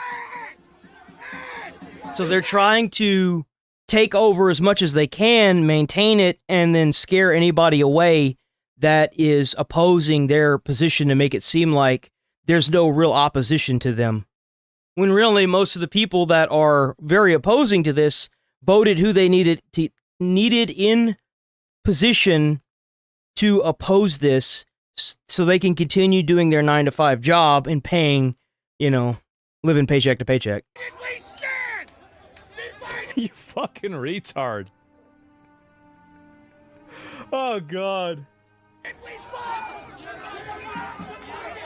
Jesus. Yeah. It's animals, yeah. And this guy has a gun. I feel like if you're protesting like this, you shouldn't be allowed to have a gun. Period. Like, it doesn't matter. If you're in a group or a crowd like this and you have a firearm, you should immediately be detained. Hard. How are you gonna peaceably protest with a fucking firearm? How does that make any sense? Oh, God. That's an immediate red flag right there. Jesus. Yeah. It's animals, yeah. Like, even if he didn't plan on drawing that gun, somebody else in that crowd could pull it out of his holster and start opening fire. Why would you ever need a firearm in a protest that's supposed to be peaceful? That makes no sense. Maybe if you conceal carry it for your own protection, but whenever I see a gun holstered like that, it's to make a statement. Uh-oh, here we go. Yep, you're going to have... So we got a whole lot more of this, right? And text to the song, yep, there we go. Dumbass is open carrying irresponsibly. Yeah, big mistake, man. And Denmark guy did the same thing. You'd have a police protection while doing it, or he would not walk away from it, sadly. Well, I mean, I would say, like, just wait there. If anybody's trying to be violent about it, just arrest them and deport them. Yep. That's it. Just deport them or put them in jail. Anybody who is going to resort to violence because their religion is under attack is not a person of a sound mind, and I think that they should be institutionalized. I agree. And that's not even just a religious thing. That's anything. If you're having a conversation with somebody and they want to immediately jump to trying to beat your ass over something you said, they need to go to jail and they need to stay there. Like, you don't need to be out in the general population because, like, if you can't control yourself, you don't need to be anywhere other than in jail. Like, let's be, it's 2025. The day of wars and shit, that's over with. We take on most of the people in the world with, like, tactical strikes. Why are we even wasting our time with these idiots that want to get violent because you have an opposing opinion? We're not in religious crusades anymore. We're not fighting to see who's dominant. We are the dominants here. White Americans, like Catholic white Americans, or Christian, not Catholic, sorry, Christians. And these people that come in from these foreign countries that wave foreign country flags think that they're just gonna overrun everything. And it's like, dude, that's not how that works. Especially not here. Like, in a true democracy, you're gonna find that real hard to do. We just can't live in a society where people behave that way. We just can't. I don't know how anyone would want to live in a society where people behave that way. Why would you want to live in a society where you're scared to speak your... Like, you're not scared to speak your mind in fear of prosecution from the government. Why the fuck should you be scared to speak your mind when you're around other people? Like, just because you want to be transparent and you get beat down because of it is disgusting. It's awful. And if we do, it's going to be chaos. It is. It's going to be chaos. The idea that certain ideas and certain religions can't be criticized, and to the extent that they are, violence or any sort of physical aggression is a response. I think we just have to institutionalize these people. It's almost all Muslim. I think the opposite. I think that if you want to go out and hit somebody who has an opposing opinion to you, and they shoot and kill you, rip bozo. You want to go out and cause violence just for like for instance with the Charlie Kirk thing, Bro never, ever said he wanted anything bad to happen to the majority of his political opponents, right? And yet, you have so many people so grateful that he's dead, and then saying that they wish that his family was dead. It's like, what would persuade you to say that just because he had an opposing opinion? You do realize that based on that ideology, that if someone had an opposing opinion to you, like, for example, if someone wanted to go out and kill you because you wanted to kill Charlie Kirk's kids, you understand the death spiral that this creates. Because anyone at that point can literally find any reason to kill you. This is just complete and total purge chaos. Like, there's no law and order to it whatsoever. We don't live in the fucking Wild West anymore. This is the 21st century. Like, what are we doing? No, I don't think so. Absolutely not. I know plenty of Muslims that don't do that. The Like, point is if someone walks up and you're doing a counter protest and they hit you in the face and you shoot and kill them and you have physical evidence like a recording or something of them hitting you first, there's not a damn thing. You shouldn't even be arrested. Seriously. freedom to burn the Bible or whatever, or fear applies to Quran. Yeah, absolutely. The extremists really are the worst. Yeah, exactly. And the thing is that anybody else doing this, oh, hold, there's a cross, this is some other bullshit, right? And what's this here? The January 6th MAGA domestic terrorist. See, like that. Like that. Like if somebody had saw that and shot and killed this little bitch, rip bozo. In the face. Uh-oh. Like, this dude should just show the camera footage of this, and then, like, once they're done reviewing the footage, he shouldn't even be prosecuted at all. Just throw a curtain over this bitch and let him sit there for a couple hours. Seriously. Why would you do this without a mask?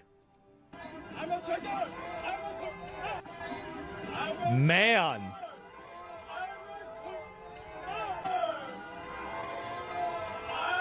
Should have hit him lower. Hit his jaw rather than his fucking forehead. And, yep, there we go. And ran like a bitch. Yeah, they're gonna obviously catch this guy. Just as punched in the face today, he's a domestic terrorist, etc. I mean, here's the issue, is I doubt that this guy is in any of the states that would enforce this. This is probably in a state where they're not doing arrests in the area. Because, like, look, there's a police officer right there. There's a police right there.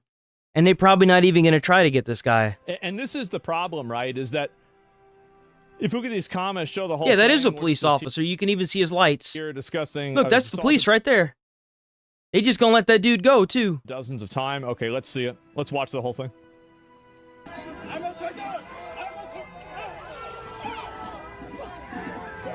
Uh-oh. Uh-oh. Uh-oh, they're going to go get him. Mm-hmm. There he goes. Oh, no. Oh, wait, did they get him? Oh, shit. I was punched harder by Capitol Police Officer lady, so it's like... Damn! Bro shook that off.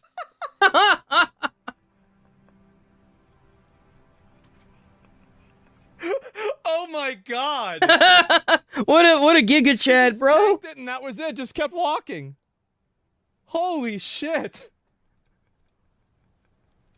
I was punched harder by Capitol Police Officer lady, so it's like... Oh, my God. Wow. How fucking embarrassing. He roasted him while still walking? Yeah, I know. Oh, God, I'm against violence, but, what do you, if you start it, run them down? Oh, I'm absolutely very pro self-defense. Like, we should not tolerate this in America, period. This should be grounds for, like, an actual execution. There is no reason why this is acceptable in this day and age. Like, this is disgusting. I am very pro self-defense. Yeah, I am extremely pro self-defense instantaneously, and so if somebody punches you in the face, I think that you have the right to kill them. Thank you. Oh my fucking God. Those are my values. There's never a point in the world that a person who resorts to violence and punching somebody in the face should be allowed to exist in a civilized society. Thank you. And so anybody who punches anybody in the face, if that person gets killed, well, that's just too bad. Yep. It is. It's too bad. And so, yeah, you want it, you get it. Exactly, yeah. And there's no reason, and here's the reason why, right? Why should a civilized society tolerate the incitement of violence? Thank you, bro.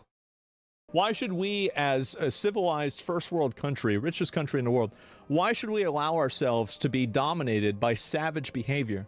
Why should we allow ourselves to be terrorized by belligerent... Like, what's the point of having the guns if not for that reason? Like, come on. Aggressive, abusive people. Why should we allow this to happen? Exactly. What about the slap? I don't know. If it Doesn't matter. If you go out and put your hands on somebody, if you go out and you put your hands on somebody for anything, period, and they didn't agree to that, and you do it out of an aggressive, like, forward stance, and you get shot and killed, well, guess what, dumb fuck? You had it coming. And I mean, a slap is...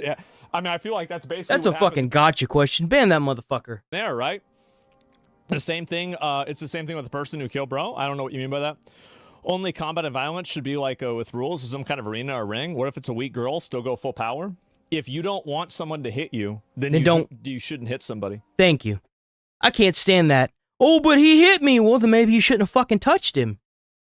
If somebody's telling you not to touch them, and they are actively trying to get out of the way, or they're trying to go away from you, and you're following them, and you hit them, and they knock the fuck out of you and break your jaw, well, guess what, dumbass? You had it coming. Whether it be a guy or a girl, I don't give a fuck.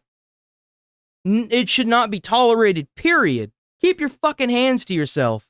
It's such an easy solution, and if you don't want to have that happen... It just pisses me off. It's like, well, like, oh, but the lady that's stealing from the store is pregnant. You can't put her in handcuffs. Well, maybe did she ever think that maybe she shouldn't be stealing from the store because she's pregnant?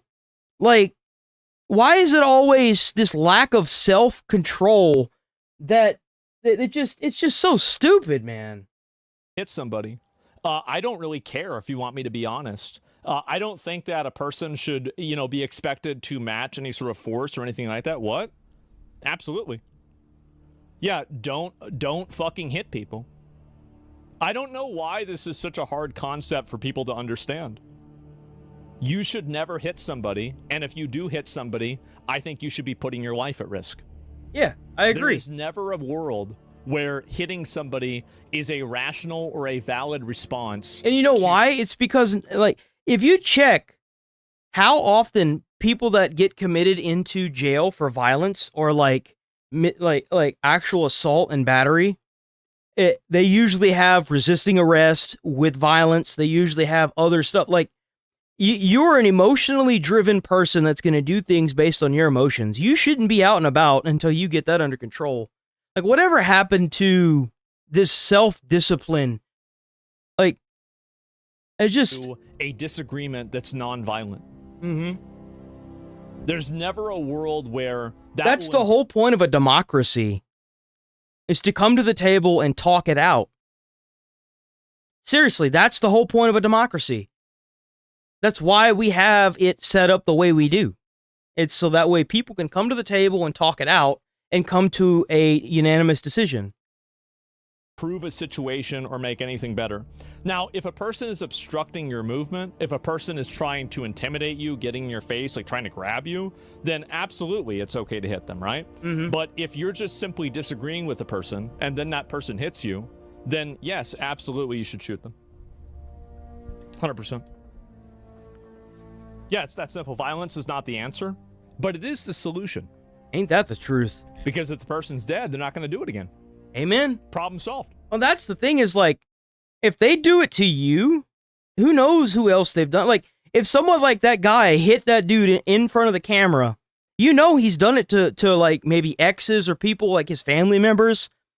And it just, in that instance, he did it in front of a camera. Like, if you do it like that, in front of a camera, in front of all those people, without any like remorse for it, then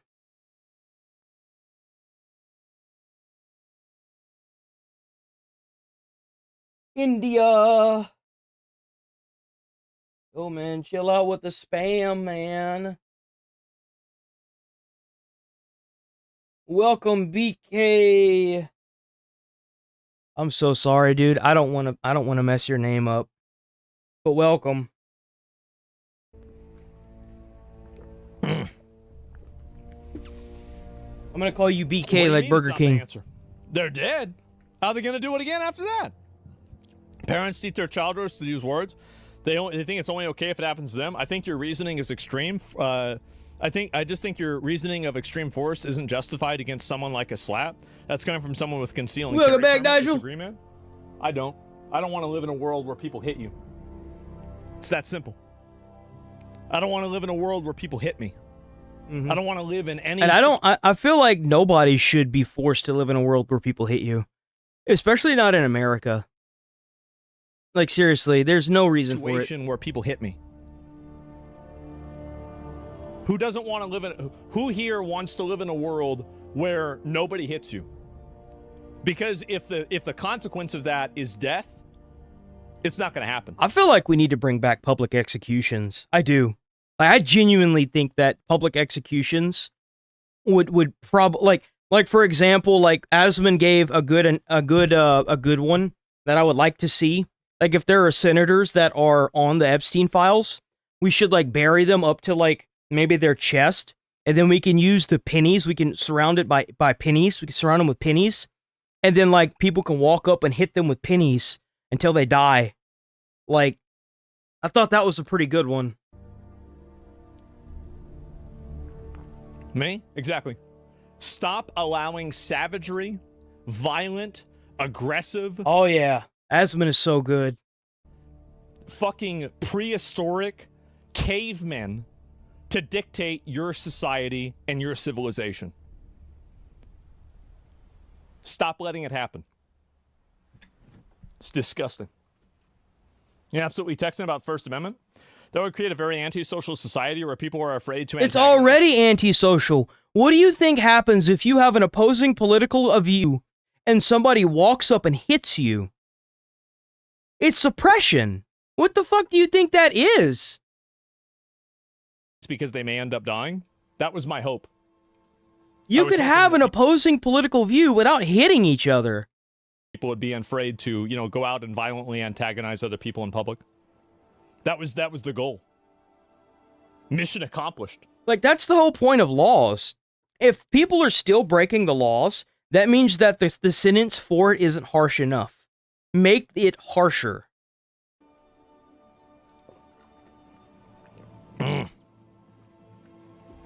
The point is escalation? Absolutely. Your skin and bone, of course you would feel that way. It doesn't matter. Like, if you think that, this is the problem, is they think that a skinny person can't hurt somebody else. If you push somebody down and they hit their head on that pavement there, they're gonna die. If they hit their head in the wrong way, they'll die. You don't have to be really strong or, like, super... People die all the time by accident. Like, you could just push somebody down and they, like, hit their head on something and it caves their skull in and then they die. Like, it happens a lot. Tough or like a big fighter to kill somebody. It's really, really easy to kill somebody. People do it on accident all the time. Yeah. In a lot of physical confrontations, people get killed on accident. It's crazy. Like, people that have never been around violence, I think, in a serious way, don't realize how terrifying it is. And I do. That's the reason why I'm so extreme about making sure that it won't happen. That's the exact reason, because I know what it is. These other people don't know what it is. Like, I had to watch my dad grow up and spend his entire life on painkillers because he used to get in fights. His entire life, his neck was fused together. It looked like he had a fucking Sandevistan on his neck with the amount of metal that he had. He was in pain for his entire life. His entire life he spent on painkillers, constantly fucked up.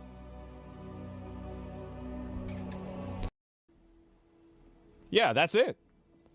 I do think that they need to have harsher punishments for people that incite violence like that. I really do. Let's see.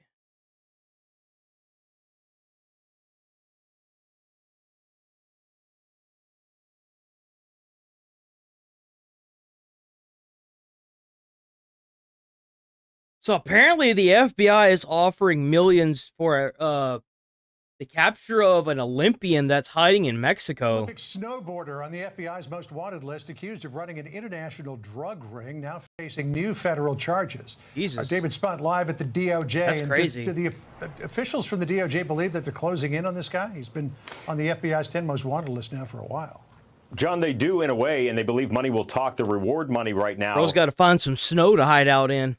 He's in the wrong damn place.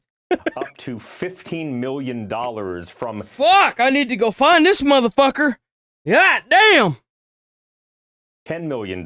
They believe that Ryan Wedding, the former Olympic snowboarder, is hiding out in Mexico, and he's being protected by the cartels. Take a look at this graphic. These are the people authorities say are involved in this operation. This is 15 mil. Son of a bitch. Ah, damn. massive operation announced by the Justice Department today, the FBI, and also the Canadian Royal Mounted Police. Now, Wedding is the top 10 most wanted poster, and again, the reward $15 million. Is it dead or alive? That's the question. I feel like I'd have an easier time dragging a corpse across the border than I would trying to bring a fucking live person trying to escape all the time. Seriously. Say that damn, look at all these Canadians. Canada, Canada, Canada, Canada, Canada, Canada. Americans.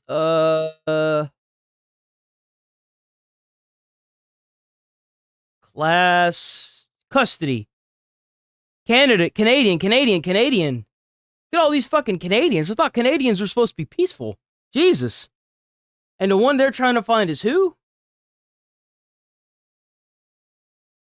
Orchestrated the 2025 murder this past January of a witness at a restaurant in Colombia, hoping it would get him out of U.S. charges and extradition to the United States. The Canadian snowboarder appeared in the 2002 Salt Lake City Olympics as a snowboarder. Since then, authorities say he's been hiding out with some of the most notorious cartels in Mexico, trying to avoid what could be Bro, man, that guy's fucking got armed forces. I don't know about that.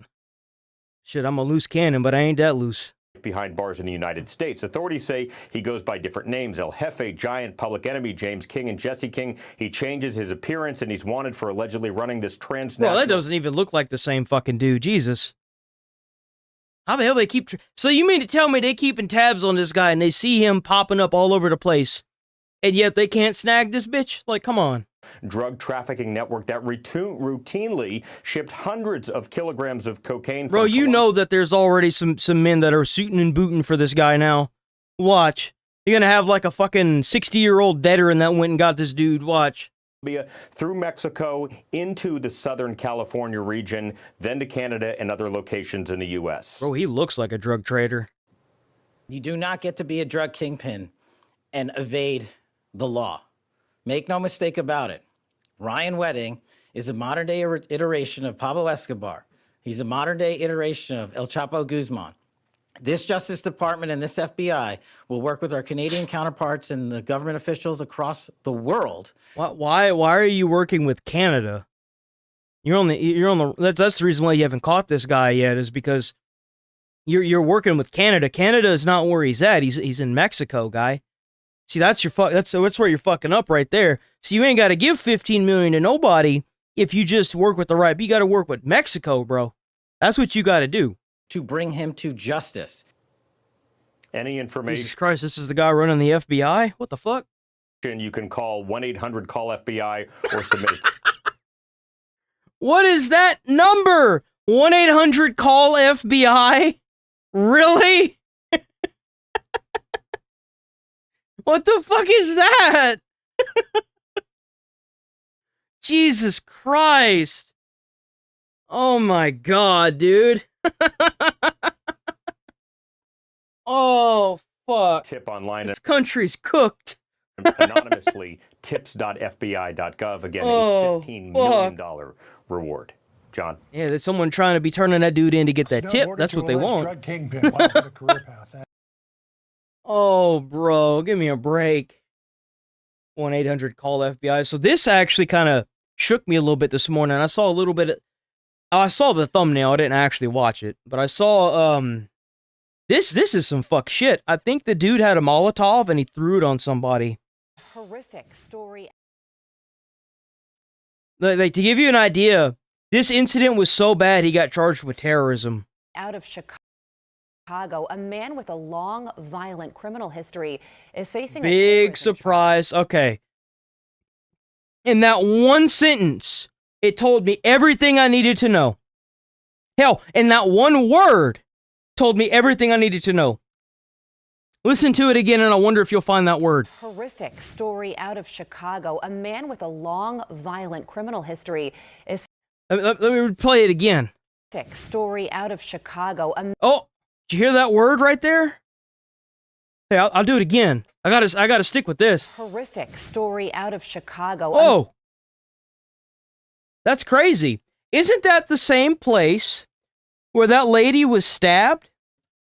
Was it in Chicago or New York?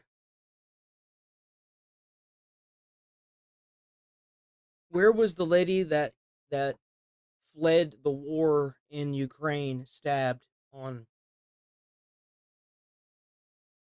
by the homeless dude? Come on, you bitch.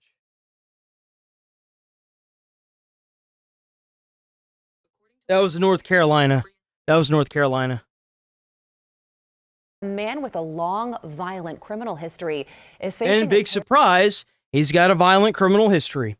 Big surprise that's what was going on. Terrorism charge after police say he set a woman on fire on a train. Jesus fucking Christ, man.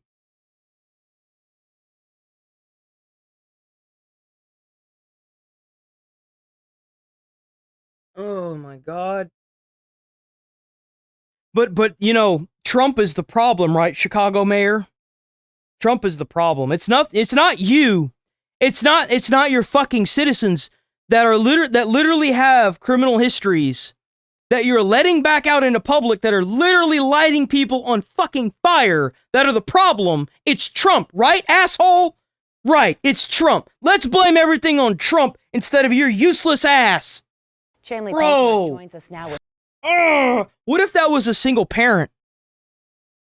What if that was a single parent that now can no longer take care of her child or her kids because she's too busy being burned to death by somebody whose grievous act was so bad he got charged with terrorism at a federal level because he couldn't be charged in his own state? The fucking federal government had to step in and charge this bitch. More. And Chanley, we saw this take place in New York and now Chicago. Right, I gotta Carly, calm down. Police say the 26-year-old victim was riding the Blue Line train in Chicago around 9 p.m. when this man, 50-year-old Lawrence Reed, allegedly approached her from behind, removed the cap from a bottle of liquid, and then poured it all over the victim's head and body. Oh my God. Oh my God. Bro, I'm so mad right now. I'm motherfucking shaking.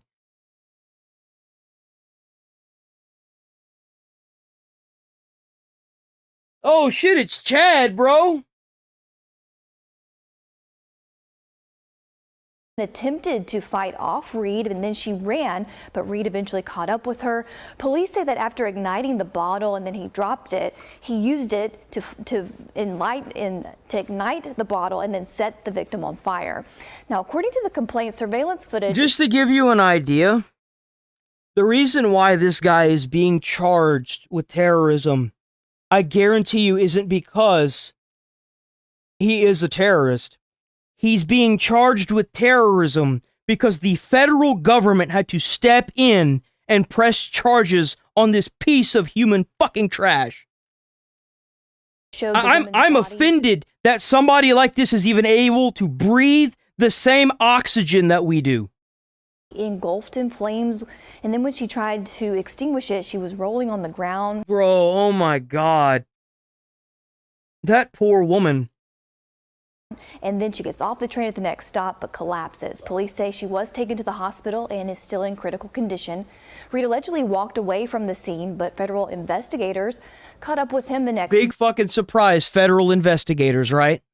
morning wearing the same clothes, and he had burn injuries on his right hand. They say Reed bought the gasoline about 20 minutes before the attack. Reed faces a charge of committing a terrorist act against a mass transportation system. Federal prosecutors saying this quote, I doubt for a second that she's gonna be disfigured from that, bro. There's no way. I feel so bad for that woman. It's not even her fault, bro. Oh, SML. Oh, it's Chase. How's it going, Chase? Chef PP, old lady. Bro, you find the craziest shit.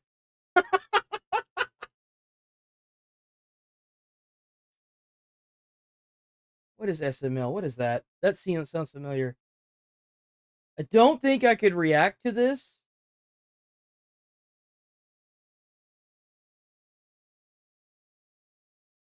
I'm not familiar with this channel. I'd have to send an email before I'd be willing to react to this one. SML. That's funny, though. It is. It does have a lot of viewers. It does have a lot of subs, though. Yeah.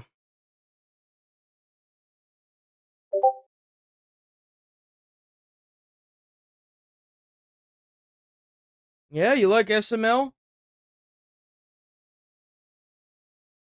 I mean, I could try. See what happens. Do you know anybody else who's reacted to this channel? Does it do any of you? Chad, do you know? Or Chase, yeah. Top Shelf Dom.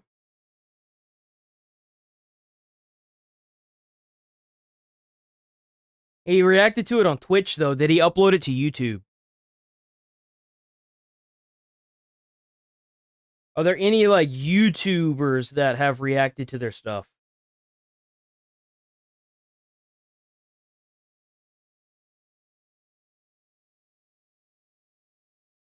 Bro, why does that guy look like, he doesn't from, like, this, but he does whenever, he looks kind of like, J-Daddy. Oh, shit, whoops, there we go. Close this.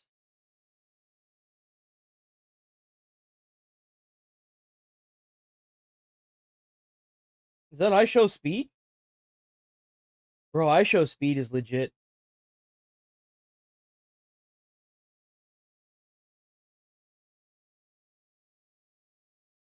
Alright, alright. Let me see, how's this?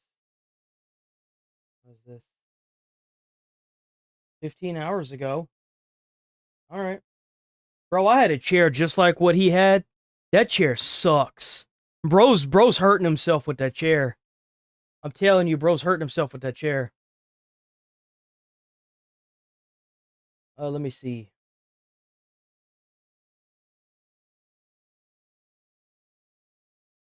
Let me YouTube that, hold on. I'll pull it up after we're done with this video.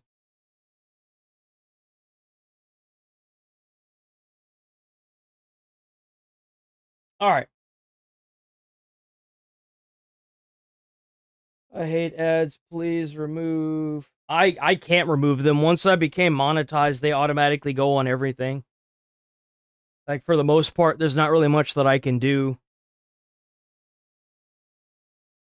And what really sucks is that, yes, I can turn them off, but it completely ruins the viewability of all of my stuff now. It even says that, like, whenever you do the drop down for ads, that it's like, oh, well, depending on, you know, X, Y, and Z, the viewability of this video may be hindered simply because you don't have ads turned on. And it's like, well, that's fucking ass. That's fucking ass. Why is that a thing now?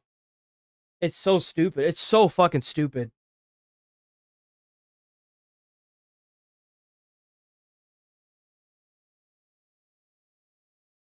Well, you're not getting ads because you're on Twitch. They're talking about YouTube. because I'm partnered with The YouTube. horrific attack was not just a barbaric assault on an innocent woman riding a train, but an act of terrorism that strikes at the core of our American way of life. The U.S. Attorney's Office in Chicago, together with our federal, state, and local law enforcement partners, will take immediate and resolute action to bring swift justice to the victim. Prosecutors also confirming Look at that. 2020, 2021, 2022, 2024. Reed has an extensive criminal history, including a previous aggravated arson charge with connection to a fire in 2020. And if Big surprise. Big surprise. convicted, Reed faces up to life in prison. Good. As far as I'm concerned, they should kill that son of a bitch. They should. That's crazy. Todd, over Dro to you. literally set somebody on fire. Thank you. Let's bring in criminal defense attorney and Fox News contributor Donna Rotuno. Donna, if blue states like Man, that Illinois pisses continue me off, man.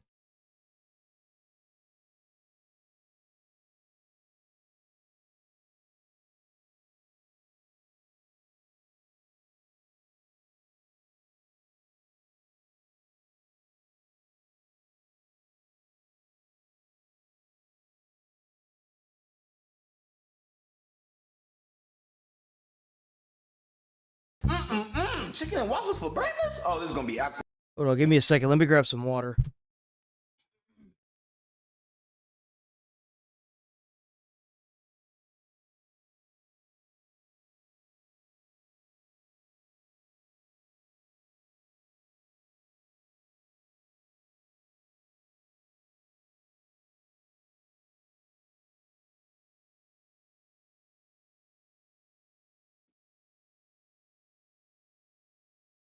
Oh.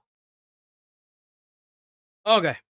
So I can tell based on the first 5 seconds of that audio that this is going to be some crazy shit. We got what clearly seems to be a mixed race black chef saying, chicken and waffles for dinner. Boys, we might be cooked.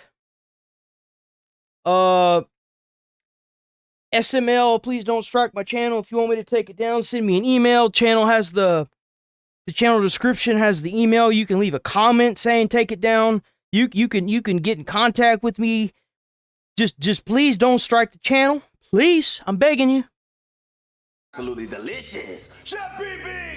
What do you want, Braxton? I'm trying to make chicken and What the waffles. fuck is that thing? Why you so damn clean? Oh, you like the new look, huh? Yeah, I got a fresh-ass Goodfellas t-shirt on. Clean as hell, fresher than a bitch. You like it? Hell no! I like it when you're dirty and filthy. That's how I know you're actually getting the job done and you're working hard. What, Bro, low-key's onto something there. I'm not gonna lie, he's onto something there. Where's my orange juice? You know I like freshly squeezed orange juice on Sundays. Well, we don't have any oranges.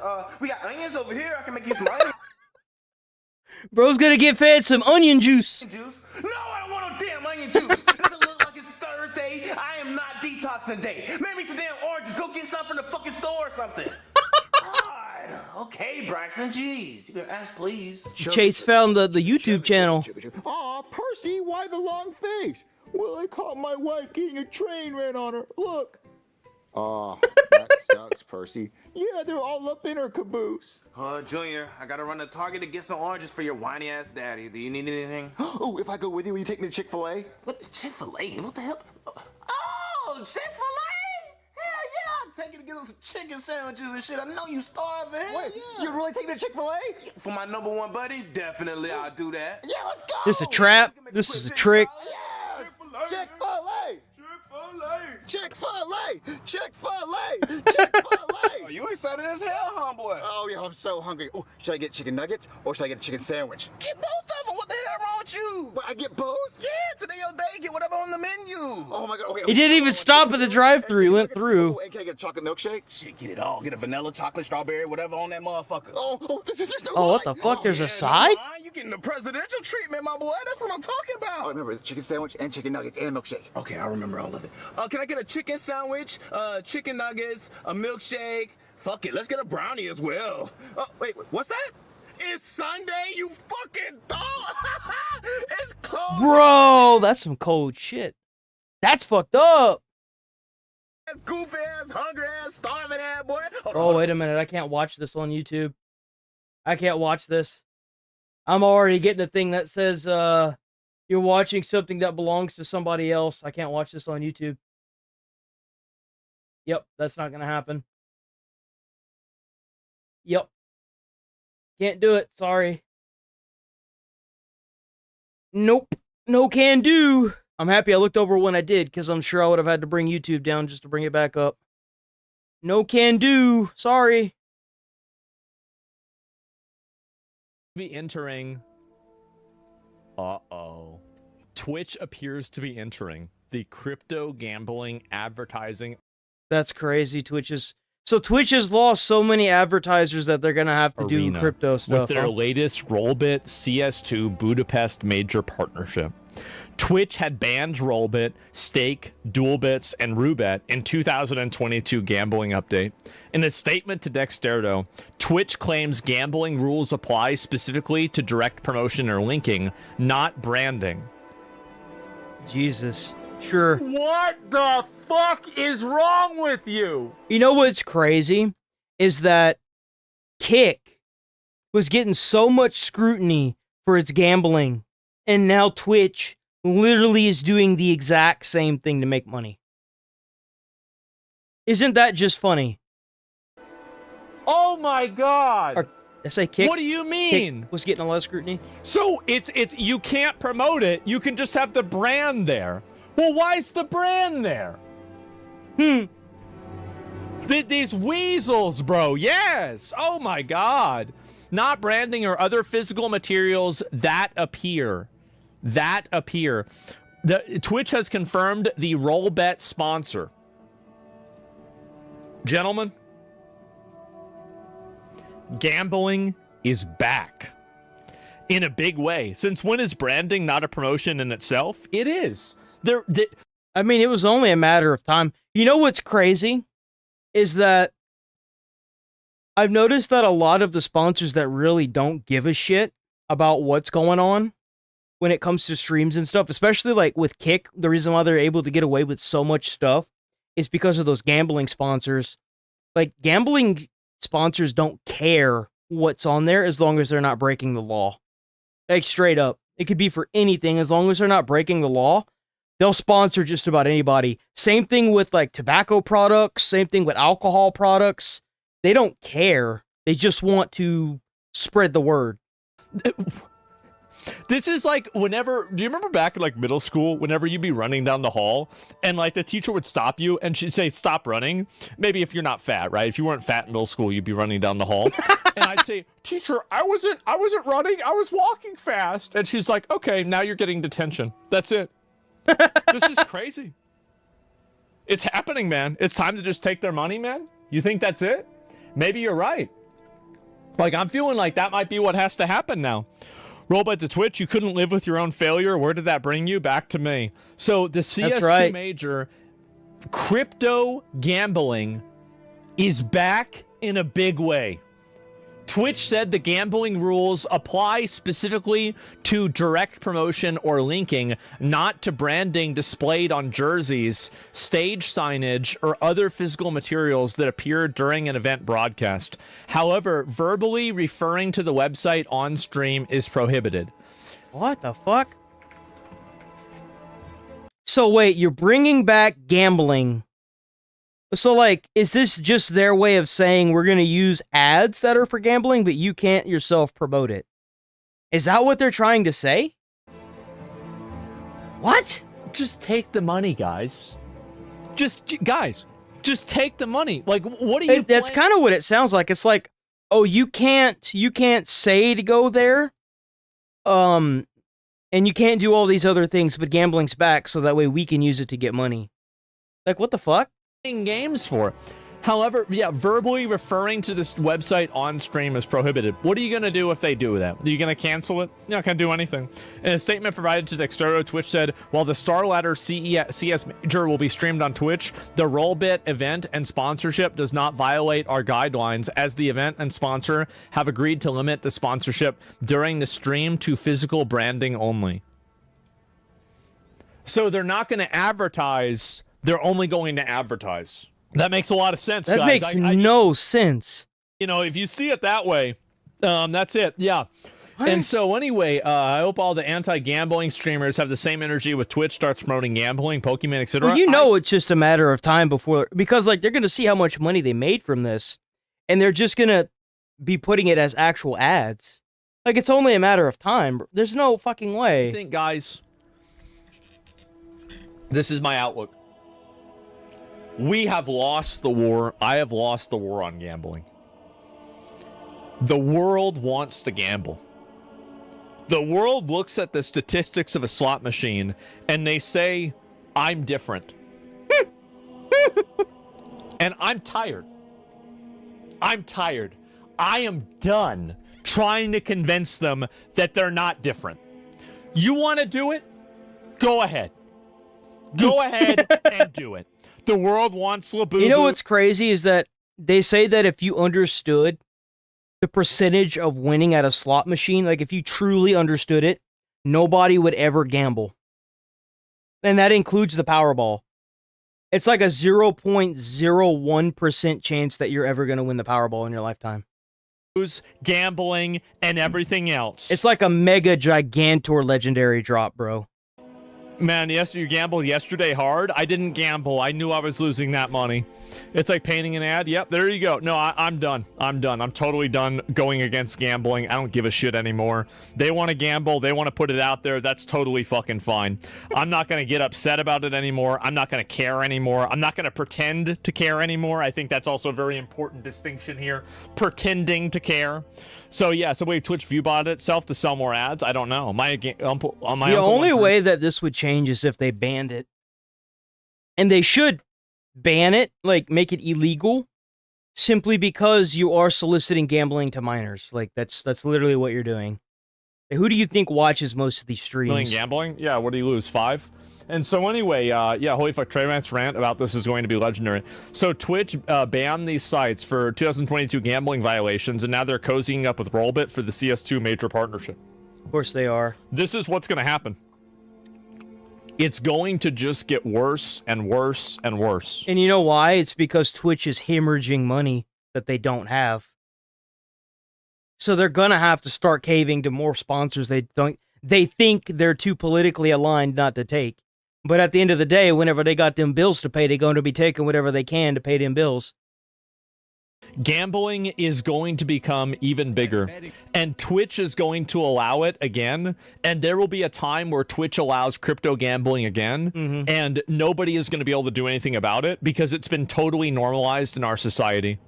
Crypto gambling... Well, think about, like, sports gambling. Sports betting is, like, massive. It's so big now. Involving gambling and everything is completely normalized now. Like, there's a site where you can go now, and you could literally bet on anything. Like, there was a bet on who would win New York. And then there was a bet right after that, if now that he won, would he keep the, you know, like, would he actually do free buses? It's crazy. Yep, that's it. Give the people what they want, get the bag. I mean, I would maybe take a, oh, fuck, my thing got messed up. I would maybe take a sponsor for, like, a, you know, I don't know, for, like, an event or something like that. But, like, a long-term sponsor, probably not for gambling. But, you know, in general, my keyboard tray got messed up. That's why I actually have these. I have these here anytime that my keyboard tray gets fucked up. Because I can't squeeze it hard enough because it's fucking metal. And it has to get inside a metal track. Okay, I fixed it. There it is. That's why I've got the pliers. Those aren't pliers, anyway, those are vice grips. Okay, I fixed it. There it is. That's why I've got... Those are, I'm fairly certain those are vice grips. Maybe not. My keyboard tray got messed up. That's why I... Yeah, those are vice grips. Actually have these. I have these here anytime that my... It has to get... Vice grips are amazing. No, that's the thing. And some people say, if I got to open every one of my, what do you call it? If I got to open up my stream for every big event that I did with a human sacrifice, would you guys want that?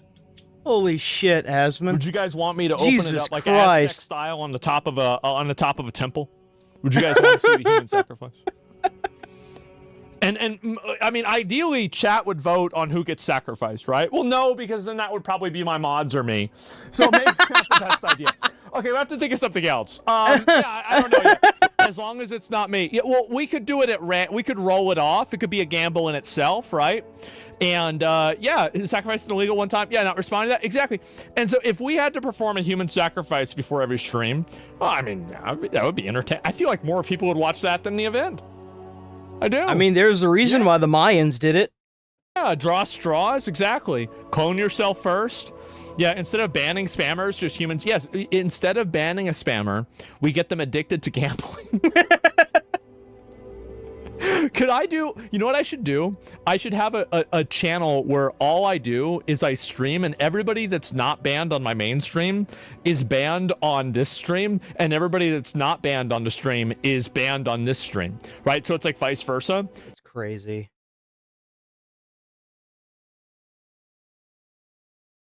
So this is the lady that, so she was messaging Epstein during a trial, and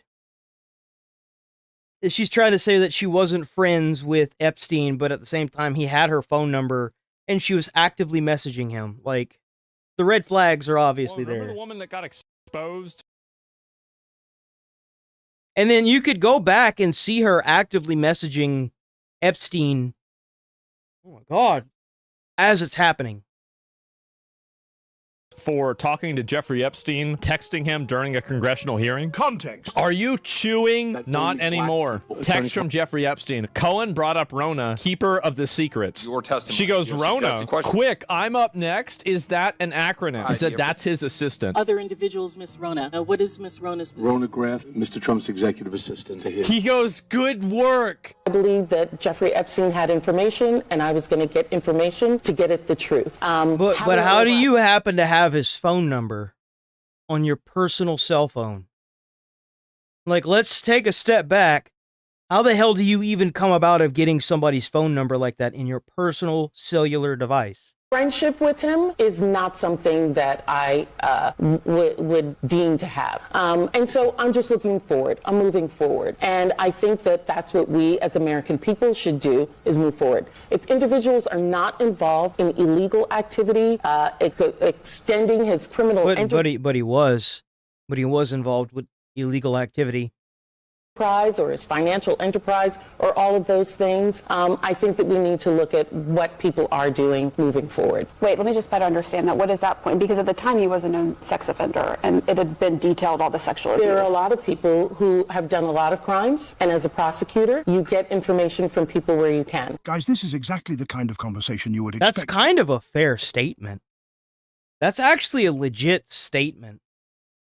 Between a congresswoman and king trafficker in 2019. Are you chewing? There is such a culture of dishonesty, misrepresentation, and like I said, even if Trump signs this Epstein thing into and they release the Epstein files, I think there's going to be a few things that are definitely going to happen, and it's going to be one of the three.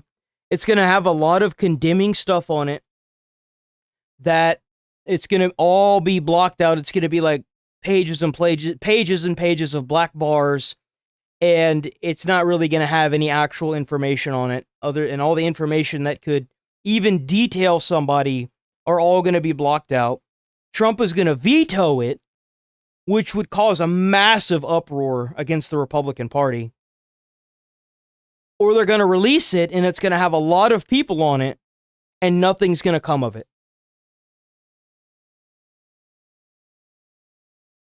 That's really what I think. Even if they release these files, and there are active predators in Congress right now, nothing will come of it.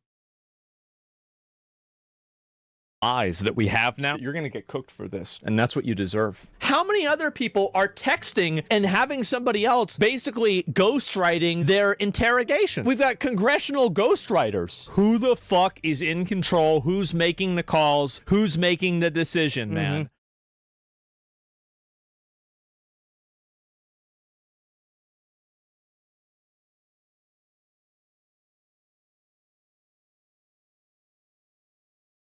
So apparently this is what people are wasting their college money on now. This is the world we live in, where institutions are allowed to take your money for giving you useless classes. Like, there's no point to a class. Like, there's never going to be a point in your life. As I knew a friend that has a, I think it's like a bachelor's in women's science. And you know what she does with that?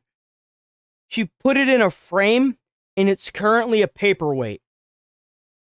Because she's never going to use that. And she even said that she has to work 3 fucking jobs just to support herself. Because of how much student debt she had to take on for that. Influencer Ari Kitsia.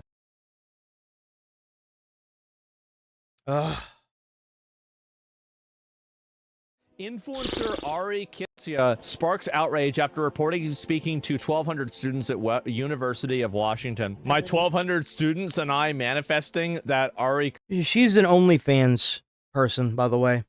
Kitsia visits the class? Oh my god. always works out in my favor because I always get what I want. And it's a bunch of... Wait a second. Did I just see that crowd? Bunch of women. All women with their phone out. They're gassing I see 1, 2 men. up an OnlyFans model. You know, I used to be against student debt. Now I'm for it. Increase the interest. Double No. You don't want to be for it because all the people that are taking this class, they're Nepo babies.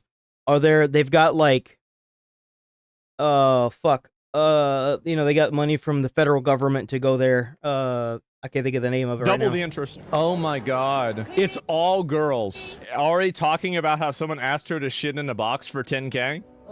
Bro, I ain't gonna lie. If someone asked me to shit in a box for 10K, I'd be like, you give me half right now, and I get a contract that says you're gonna give me half after I deliver, I'm about to shit in a box. That's a lot of fucking money, bro. I could take that money and invest that and make that grow into 100K. And I could take that 100K and find an investor for me and turn that 100K into $1 million. You ever go to Dubai? I didn't do that, guys. She didn't shit in a box. Wow. Dear Jesus, put on your sandals and come down here. It's an emergency. They're philosophizing about being a prostitute. What is this? This is the girl? Look, like, I don't really have a problem with that. It's your body. If you can make a living off of it, that's your business. Like, that no one should sit here and scrutinize somebody for that. I'm sorry, like, I don't think I'll ever understand that. I couldn't date somebody that's doing that, but at the same time, I'm not gonna like bash somebody for doing something they enjoy, especially whenever it comes to something like that. I feel like we need to legalize it and have more protections and rights for them. Because they're doing it anyway. I just don't understand why we don't just legalize it. Posts that are like, name one girl that's naturally pretty. Natural. You thought this was natural? Guys, I have my nose done, my lips done, I have chin lipo, I have chin filler, I have Botox in my face, I have Botox in my trap. Damn. I have the girls done, I have lipo 360, my hair is fake, my nails are fake. I wear makeup in every single video, and if I'm not wearing makeup, I'm wearing a filter. And even if I am wearing makeup, I usually have a filter on. So there's nothing really natural here. Unfortunately, I'm so sorry, but thank you. The thing is that the girls that do this plastic surgery shit, they end up being 40 years old looking like Jigsaw. She's 24, by the way. The funny thing about this is that I actually think that She's 24? She looks like she's 30. Oh, no.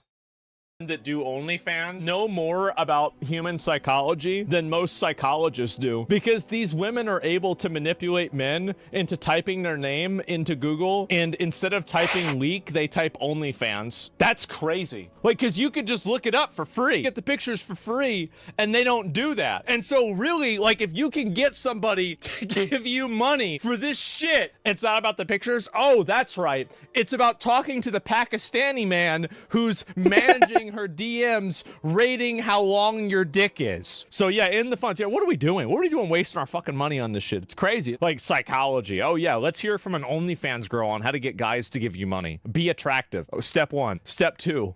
There is no step 2. Right?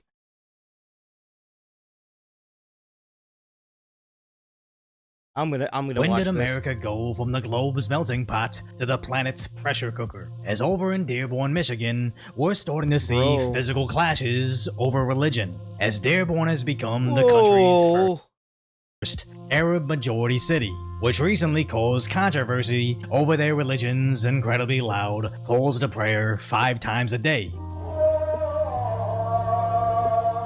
What the fuck? Bro. This is the mosque being criticized for the use of its loudspeaker for its call to prayer.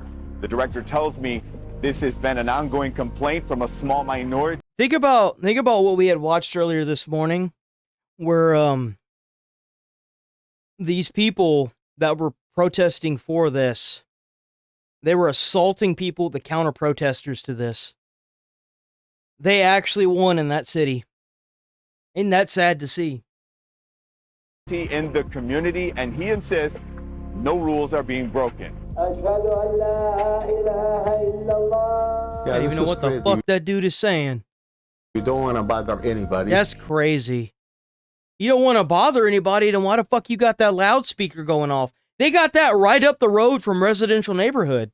It's literally right there. But the mosques in East Dearborn are now at times waking us up at 5:30 in the morning with the call to prayer. So outside a city council meeting, 2 separate groups were planning conflicting protests. But even the night before, when street journalist Cam Higbee was setting up, a mysterious black truck started following him. This guy's following us around too, right here.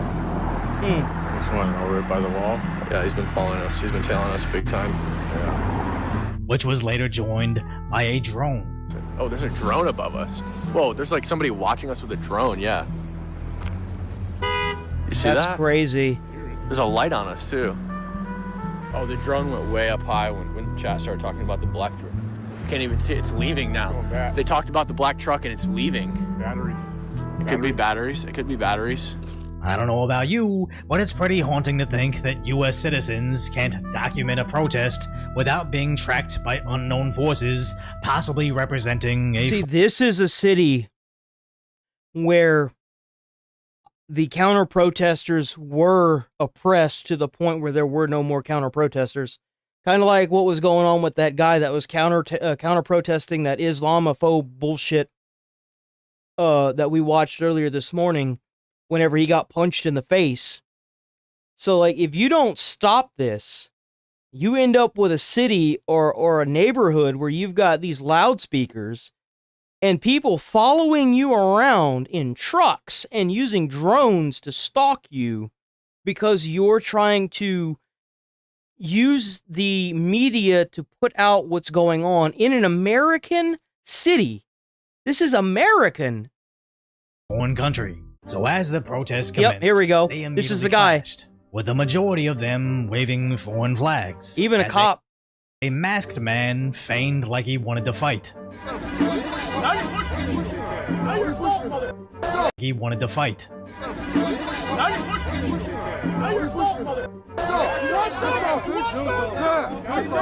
There's a lot more people that are there to beat your ass than they are with anybody else, guy. I don't think this is going to end well for you. You noticed how he's the only one there with the mask on? You can tell who's the one that doesn't belong. Mm-hmm. Have you noticed that? They're the only ones there with the mask on. The only ones. It's interesting how he postured like he wanted to punch him, even beginning to take off his mask, only to suddenly stop and almost wait for someone to step in between them, as this didn't look like a fight he was going to win, so the police were protecting him more than anything. Now this next scene I'm not even certain I can show on here, but American Jake Long began antagonizing the other side by slapping their religious text with bacon, only to immediately be attacked by the Dearborn residents. Oh my god, bro was slapping the... It wasn't even burning the book. That's the reason why he got hit? Is he was slapping the book with bacon? Dude, that's funny. I'm sorry. That's funny. And the fact that he got hit and some of his shit got stolen because of that is disgusting and garbage. Catching it away, saying he was going to burn it.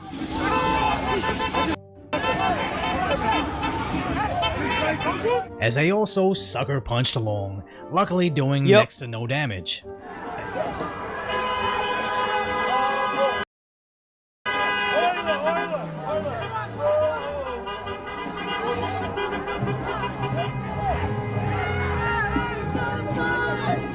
And luckily, so this is the town. I didn't know this. Nobody talked about the fact that they had, like, places set up where they're blaring speakers in everyone's fucking houses like that, dude. That's crazy. That's insane. Didn't get hurt, but sucker punching someone should be a felony. But for some reason, he was No, it should be death, is what it should be. That's what I was saying this morning. There's a cop right there. Nothing happened. Allowed to do it right in front of the police, who did next to nothing to protect the American, or at the very least, freedom of speech. And sadly, this became a reoccurring theme, as Cam Higbee was also attacked. Why is he not welcome on a public sidewalk? Get the camera out of my face. Get that camera out of my face, or I'll take it. Okay? You see right there, you should just be able to shoot and kill them. Right there. And the law should enforce, the federal law should enforce that. You want to be violent over a discussion, you should just die. Like, that's self-defense right there. You want to go up and punch somebody in the face for having an opposing opinion, and you get shot and killed, that's your own fucking retarded fault. This is crazy. To which Cam reported he was not only maced, but was robbed as well. But the local coppers couldn't care less. My main issue here is that you said I could go into the station later and file a report. He's in black bloc. You're never going to find him again. Yo, why should he have to go to the station and file a report if the guy is right there? And why are you there? What are you even standing there for? What the fuck are you doing there? Yeah, that is police work. It's lazy. So you know that a crime happened, and you're gonna let it slide because why? Then go. You know, it's kind of crazy because this is kind of a form of totalitarianism. Like, so hear me out. So like,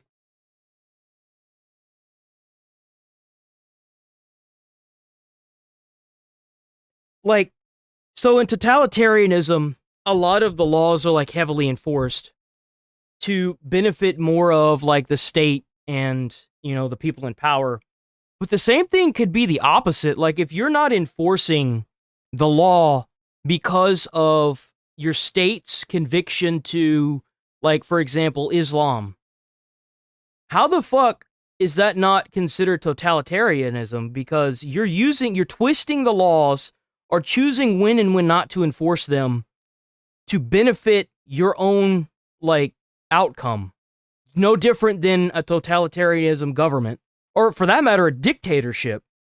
You're twisting the laws and using them to essentially fuck anybody over who wants to, you know, reclaim or use their own devices to aid them. And you're turning them and twisting them and making it to where they're not even being enforced in the right way.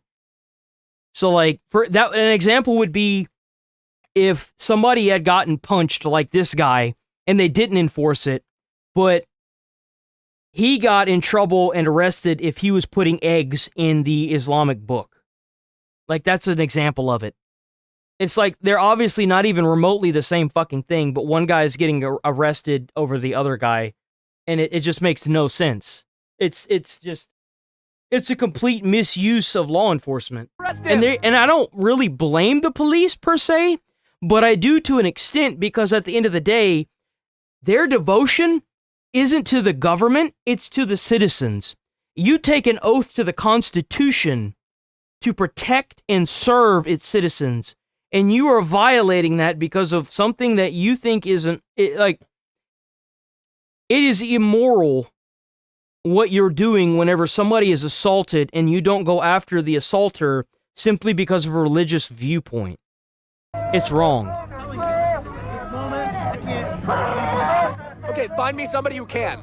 Like, it's crazy. This guy had gotten pickpocketed and assaulted, and this cop says that he can't leave this position because of what? Like, that's the whole fucking reason why you're there, guy. You could have radioed in and said, hey, I need somebody to come check this out.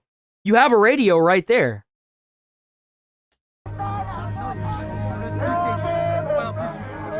Okay, yeah, find the police report after he's gone and you'll never find him again. This is lazy police work. And Cam calls out how it almost seemed the cop was smirking at the idea of his attacker never being found, as I saw the same exact thing in LA. They're so desperate to downplay the crime rates that they make it as difficult as possible to report the crimes. From saying report it online to getting your online report rejected. Could you imagine if you just got SA'd by a person and you walked into a police station and they told you to report that shit online? If my child and I walked into a police station and she had been SA'd and they told me to file a police report online, I'd burn that motherfucker to the ground.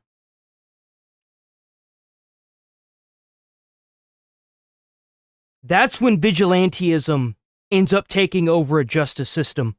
Whenever your cops are so corrupt that they don't even want to file police reports in person to some of these crimes. This is the reason why we have this morning, I get up and I see 25 minutes ago, Fox News posts a woman being lit on fire in a Chicago train station and being charged at a federal level by somebody for somebody that had been in jail over 4 times with separate different arson and assault charges on record, and was able to light this lady on fire simply for trying to go home. This is where vigilantism takes place. Whenever the law is so fucked, you end up having to take care of it yourself. These people need a system that isn't going to fail them like this. And you wonder why these extremists keep popping up all over the fucking place? That's why. Days later, saying go into their local substation that by then, these journalists are likely not even... I don't advocate for violence, but at what point are we going to say enough is enough of the violence? Same state, as the Dearborn police look legitimately scared of their mob. Officer, why are they able to make threats unfettered? Why do they have total impunity out here? They've attacked me, they pepper sprayed me, nothing has happened. They punched Jake in the face, they sprayed Jake. It's because they're being told they can't do anything. That's why. Impunity. This is the best police department here. In the state of Michigan, that's right. Nobody beats Dearborn police. So Cam escalated this to their mayor. Today on the streets of Dearborn, I was pepper sprayed, maced by protesters because I asked them simply why they were harassing and touching another individual who had stated repeatedly that he was only on their side of the street to talk to them and have a dialogue. I watched people that are in this room get attacked by other people that are in this room. I watched your officers not respond to those attacks repeatedly. I feel like a Demi, a second-class citizen. As it sadly seems that he is indeed a second-class citizen in this specific American city, where we have seen the left pick and choose on when to enforce a law, whether it be for Democrat activists, non-citizens in blue cities, or even... And this is the reason why ICE is having so much trouble in these cities. Like, that's the reason why, right there, that's the reason why Trump is having to call in the National Guard in some of these cities, is because the police aren't doing anything. They're doing nothing because they're not allowed to.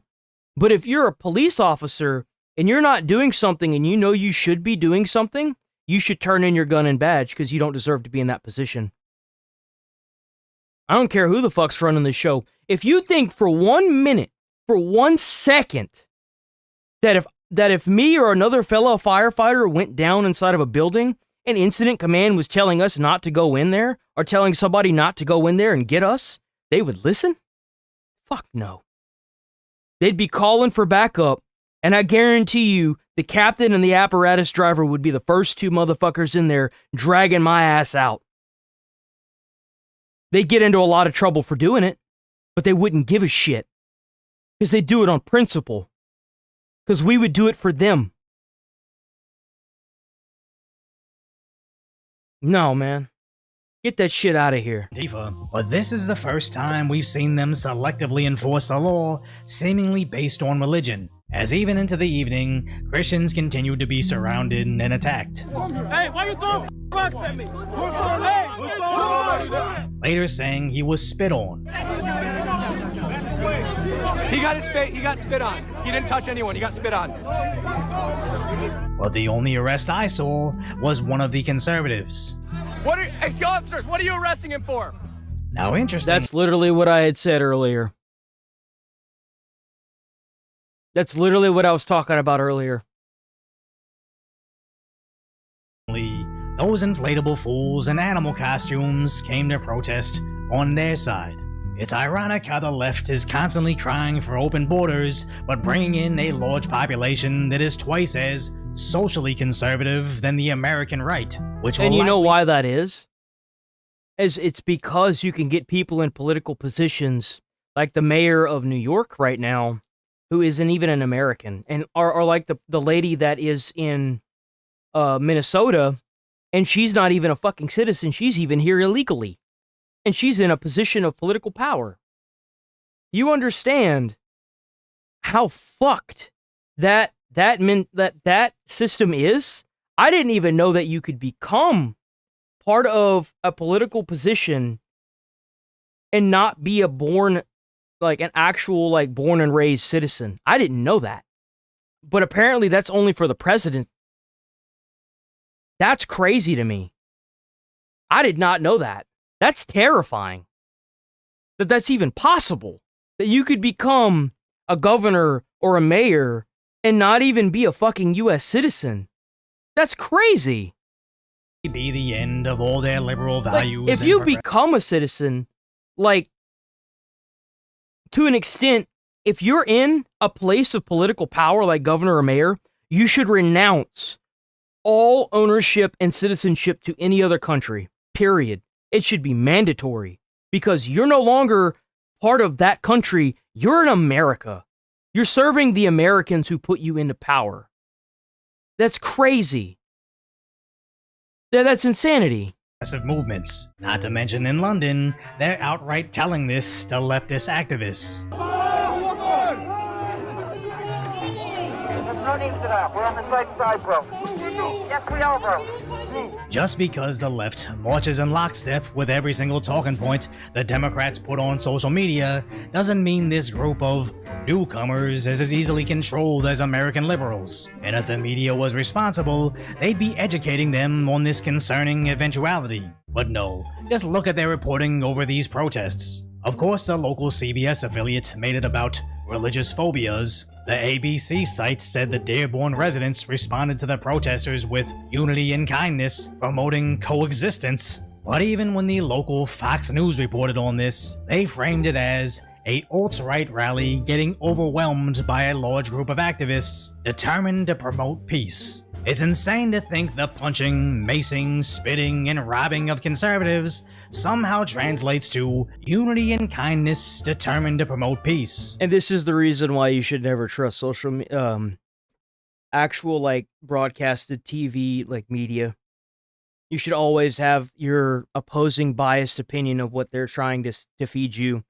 And I know I cover a lot of Fox News here, but you have to realize that there are a lot of points in which I'm okay with what Fox News is showing, but I'm going to say this because I guess I really haven't said this.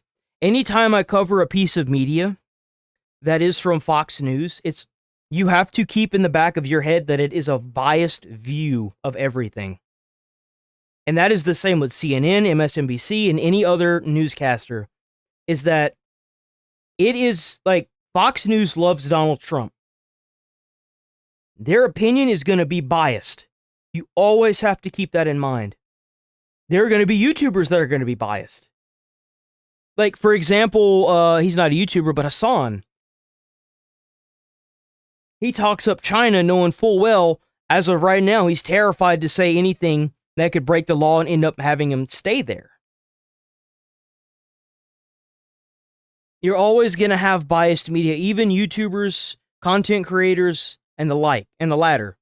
You should even take what I say as a biased opinion, because I go based on my personal life experiences and have a biased opinion from that. I do. So that's why you should always take what anyone is saying as a biased opinion. But without street journalists like Cam Higby, Brendan Gudenschwager, like there are going to be times where I'm going to be too ignorant, and I'm going to be that way on purpose because I don't feel like I should have to learn the other side, even though I probably should sometimes. And that's my American right. I can say stupid shit that doesn't threaten anybody or harm anybody and isn't a threat to anybody and not care about what other people think. The minute you start encroaching and attacking that, that's when our Constitution is failing us. That's when the powers that be are against you. Haley West and award-winning journalist Nick Shirley, the public would only think the alt-right attacked the peace-loving Dearborn residents. But what's happening in Dearborn, Michigan should be a warning to the entire country. It is. Corporate media should be informing the people of how this could potentially be your community, but for some reason they're even willing to destroy their own credibility. Think of it like this. You know how Trump is currently, like the Republicans are currently in political power everywhere. And they're trying to redistribute the maps to make it to where there's more red and less blue by taking away senator seats in certain states, right? It's the same thing with these protests. These protesters that are out there that are getting violent against anti-protesters are people that are there from the media because they're trying to have complete political control over it, regardless of the government. That's what they're trying to do. Think of it like this. If you make Chicago a sanctuary city and you say any illegal immigrant, you can come here and you'll be safe, and they do, and they show up and they start protesting, it's going to show that there are a lot more people that are there than have actually like lived there, if that makes any sense. It's kind of like if you're going to rally a call to arms and you want people to go to a certain place to meet up before the big war, right? Like, let's say it's a war. That's what you would do. So that way you can see how many numbers there are, and it inflates the numbers to a point where you think you've got something big, but really you only have like 3 different states of people that have congregated into your state, so it's really not as big as you think it is. That's the problem with it. It's that it's inflated because you're flagging up for a safe zone when really what you're doing is you're trying to completely and politically crush any anti-activists, or not activists, any anti-protesters, and any like doubt that there's a lot of people that are against what's going on in the government. And with Trump, what better way to do that than to get like 7 or 8 different states to send over all their illegal immigrants that you've called to arms to come into your state, to make it seem like you've got more people than what really are in that state. That's really what is going on here. And the social media is feeding that, and it's not enticing it, it's charging it, it's gassing it up, making it into something that it's really not. To conceal this. Because, like, whenever you see on Fox News, oh, that's a whole lot of protesters in there. What the fuck, dude? That's a lot more people than what everyone else is saying, but it's like, it's only there. It's because you've got these other people that have come from other states to protest there because they know all the social media cameras are going to be pointed there. So if you appreciate my concise... Check out Decoy Voice, W Decoy Voice. We're going to close that one. So apparently Russia's bombing the hell out of Ukraine. Over Ukraine negotiations. Hold on. As efforts to reach a Gaza-style peace deal are rapidly gaining momentum. A White House official adding that a deal... It's crazy that he managed to end the war with Gaza but can't seem to end this war with Vladimir and oh fuck, I can't even think of his name. And the reason for that is because we have to pussyfoot around with Vladimir because he's got nukes. That's why this is happening. I do feel really bad for the Ukrainian people. I do. Come as soon as this week. What really sucks about this is that even if Ukraine gives up land to Vladimir, in 3 or 4 years, it's just going to happen again. Like, that's all that's really it's only going to, like, put a Band-Aid over the situation. It's not going to fix it. Dan Hoffman, former CIA station chief in Moscow and Fox News contributor. Dan, great to be with you this afternoon. So this just sort of falls along similar lines of the effort to get peace in the Middle East. Axios reporting this: U.S. secretly drafting new plan to end Ukraine war. The plan's 28 points fall into 4 general buckets, sources tell Axios: peace in Ukraine, security guarantees, security in Europe, and future U.S. relations with Russia and Ukraine. Sounds encouraging on the surface, but I doubt it's actually going to fall in line like that. Look, if the Ukraine and the Ukrainian people, in lack of the pressure that everyone's giving them to give up the land that the Kremlin's taken, if they've taken any, from what I understand, the Ukraine has actually pushed back the Kremlin quite a bit. But if they do decide to give up Ukrainian land, this isn't gonna stop here. It's not. Why would Vladimir stop if he knows that all he has to do is start up another war whenever there's a new president and try to keep it going until that president gets involved? It's simple. But while Putin talks a good game about peace, nothing we've seen so far indicates that he wants peace. Yeah, you'll have to excuse me, John, for not being optimistic at all, and I base that on the decades I spent at CIA trying to see the world through the twisted KGB eyes of Vladimir Putin. If past his prologue, he's trying to use negotiations to curry some favor with the United States, make it appear falsely that Russia's interested in a diplomatic... Yeah, he's using this to try and push the Ukrainian people back more. That's what he's trying to do. He's just trying to bide his time. Solution to this war when, in fact, Russia continues to rain down hell on Ukraine. Just last night, a massive drone and missile barrage in a residential area in Ukraine. The timing is important. We've got sanctions against Rosneft and Lukoil being implemented in about 3 days, and then the Senate has their secondary sanctions bill warmed up in the bullpen. The president said he's going to sign it. So that may also be something that Vladimir Putin is thinking about when he wants to try to run this KGB false operation. I don't think he gives a shit. I don't think he gives a shit one bit. You know why? Because while he's bombing the shit out of the Ukrainian people, we're sitting here twiddling our fucking dicks in our hands. That's why. Disinformation operation against us to make us think that he might be interested in negotiations. You mentioned these ongoing... You think that somebody like Vladimir Putin, that's been in power as long as he has, and is surrounded by some of the most powerful people in Russia, doesn't have a plan? You're a brain-dead, broke-dick dog if you think that. Seriously. He knows exactly what he's doing before you can even think you know what he's doing. He's probably got some of the most smartest men in the same room telling him exactly what to do, how to do it, and when to do it. A lot of people don't give Vladimir Putin the credit he deserves. Motherfucker's smart, and he's ruthless. And that makes for one hell of a powerhouse. And I'm not glazing him, I'm telling you the facts. You think that somebody that has been in political power as long as Vladimir is a dumbass? No. He's a very smart person. Knows exactly what to do, when to do, and how to do it. And I guarantee you, it's not just him. He's probably got a room of people that know exactly what to do, that all have the same mindset. Attacks, they were way out in the western part of Ukraine.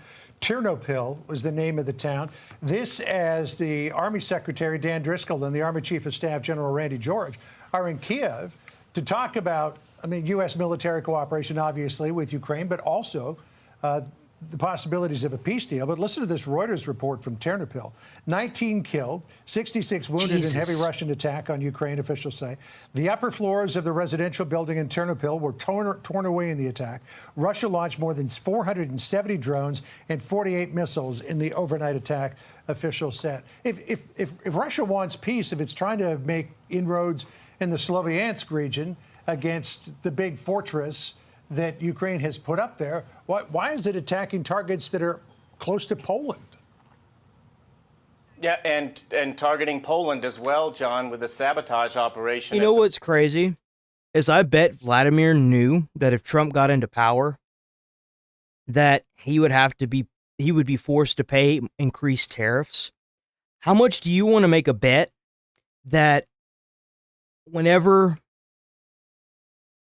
he was thinking about how he was going to continue to assault the Ukrainian people, how he was going to factor in the tariffs long before Trump even became in political power? I bet he had 2 files set up, one for if a Democrat got into office and one if Trump got into office.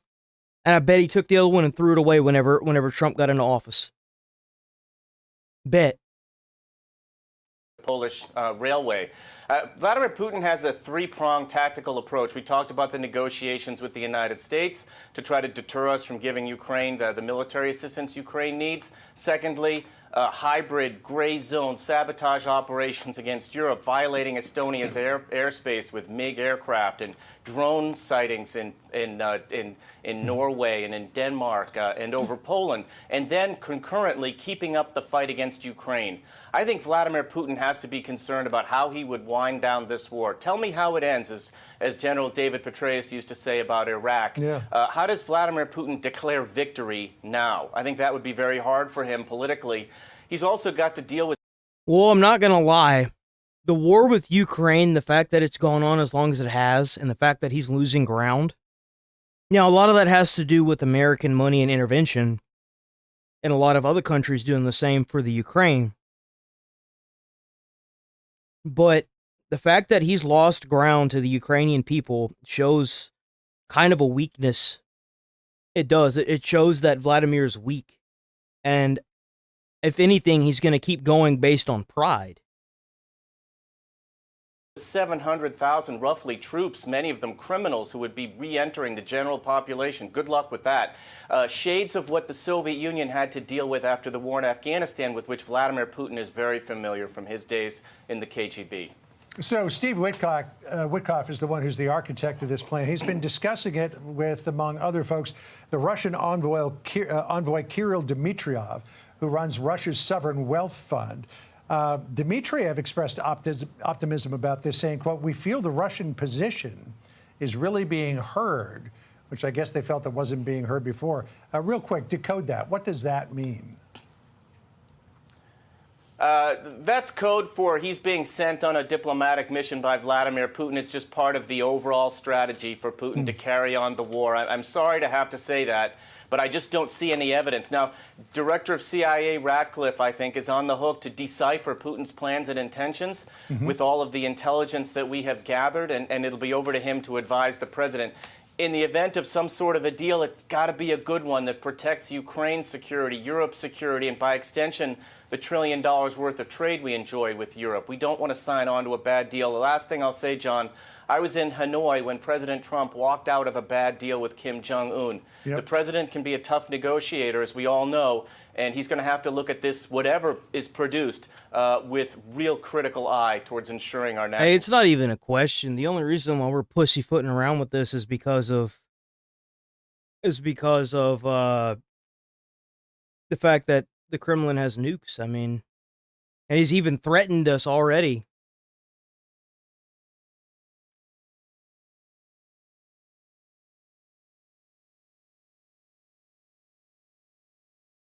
What the fuck?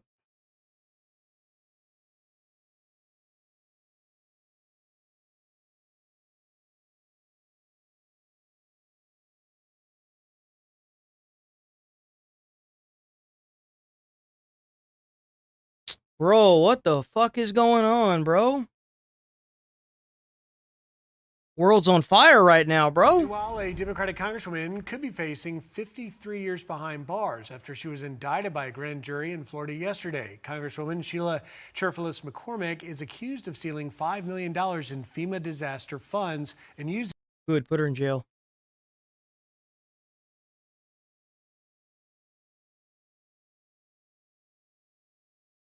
can't watch that. I think that might be too graphically violent. It's blurred, but I think it still might be too much. At least for Twitch. Okay, let's watch this video and then roll up out of here. Shots fired at Kirkwood Middle. All available. So, this police officer, this off-duty cop, fired after school shooting. Respond. We have 8 to 9 guys holding the subject down. We're not unsure on any injuries or anybody struck. Do you have a location? The back parking lot. The back parking lot at this time. 367. It's the roof lot.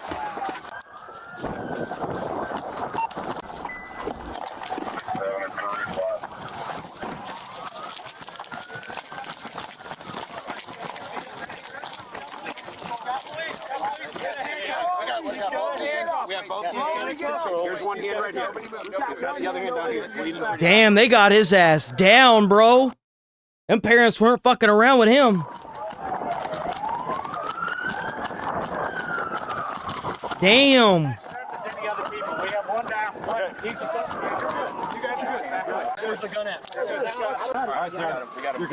God damn, they were on him like flies, bro. Right over there. I grabbed it without my fingers. Let's leave it right there for now. Everybody just stay back. Stay back. Please.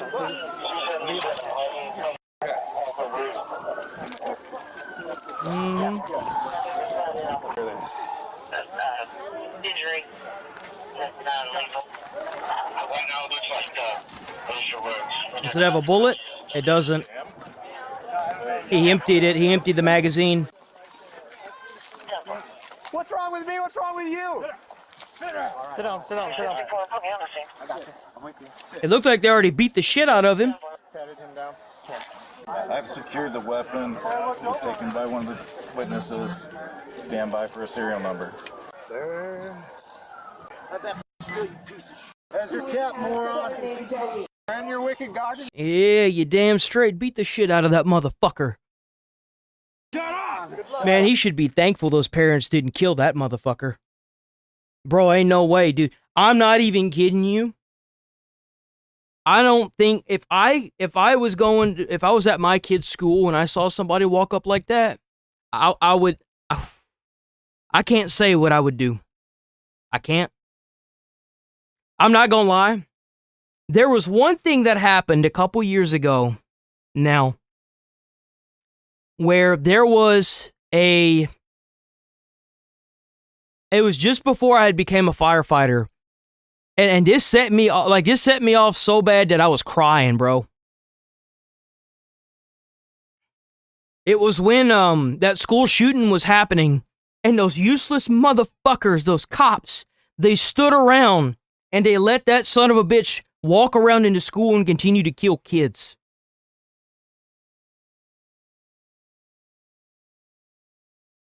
There was footage that was being released that they were trying to redact like crazy of the kids screaming in the other room on the fucking hallway footage and the cops just sitting there and letting it happen.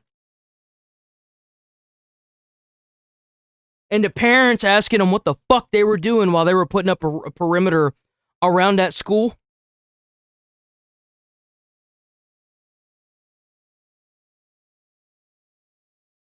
Man, even now that set me off, bro. Whenever I heard about that, dude, I put like 7 holes in the garage wall and I fucking just sat there and cried for like at least 15, 20 minutes, bro. I was so fucking angry. Ooh, man, that set me off like a firecracker. I was so pissed. And the fact that nothing even came of it from those fucking police.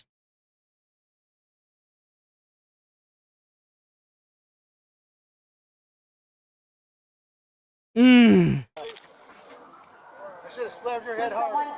Yeah, but you can't though. You can't kill me. You can't. Not possible. See you soon. Man, that's when that cop should put his fucking head down. Put him in the car. Hey! I'm complying, dude. Put me in the car. Put me in the car. please. Hey, put me in the car, man. Shut up. You don't run the show. Shut your mouth. I do, actually. You guys know it. Since one of the shells was on the ground, I approached him over here when he was shooting. Okay. So it's going to have my fingerprints on it. Okay. Just leave everything sit where it is, okay? Bro, why are people picking shit up? Stop touching stuff. He started shooting because he looked weird and out of I mean, I guess he's got there's a lot of witnesses here, though, Nigel. I think that there's no way they don't pin this guy. I do. I think this guy is going down hard. There's so many people here. I don't even think they need physical evidence. They just need eyewitnesses, and there's a shitload of them, dude. to me, and so I didn't take my eyes out. He started kind of where that wood is and was walking this way, and he was like slinkering, and he didn't have a shirt on. And then I saw the gun, and then all of a sudden he just kept walking, and then just started shooting all the way up to here. He got to here, and that's when I approached him and asked him what he was doing. So he started shooting as he was walking. And he said it was all a big joke. I saw him kind of like where that wood is there, walking, and before he started shooting, because he looked really out of place, because he didn't have his shirt on at a kid event, and then just the way, I don't know, he just looked off to me. We need to follow his instructions now. Follow him. I've got this. Thank you. I'll be in contact. Guy down here, I got his info. I asked him to stay. He said apparently he got into it with them. He pushed him, they pushed each other, he fell down, and then when he drew the gun. So the guy over there in the blue shirt with the hat said, I got his info, he was directly involved in this. I was trying to defend myself, man. He came at me. Carrie, I'm going to go secure this at my car and get my better eyes on. Okay. One of the witnesses picked up a shell casing. I see others. Yeah, there's. Okay. I'm waiting for markers to mark them all. Okay. What's your name? Matthew. Get your hand off me, man. What's your date of birth? Okay. What's your date of birth? What I heard. Today. Today's your date of birth? Oh man, I can't. I gotta give these cops credit. I don't think I could do it, bro. I'd have to leave. I wouldn't be able to be around him. I would do something that I don't think I'd regret, honestly. I don't think I'd regret it for a second. And not for 1 second. Not for a second. You know why I would do it and not regret it? It's because I don't have kids. I don't really have a life like that, so I can sit in jail and know that I did something that I felt was right. I could take that burden off them parents like that. I could. I'd do it in a heartbeat. I couldn't be around that person, dude. I couldn't do it. I couldn't do it. I wouldn't. I cannot. I couldn't be around a disgusting human being that's going to do something like this at a kid's event and sit there and do that. This dude has no remorse for what he's doing. What's your date of birth? On my ID? You know when you were born. I don't have any weapons on me, man. Well, we're gonna check. Okay, well, I mean, what am I supposed to do with people attacking me? You know what I mean? What? You do realize it's illegal to have a firearm on school property, right?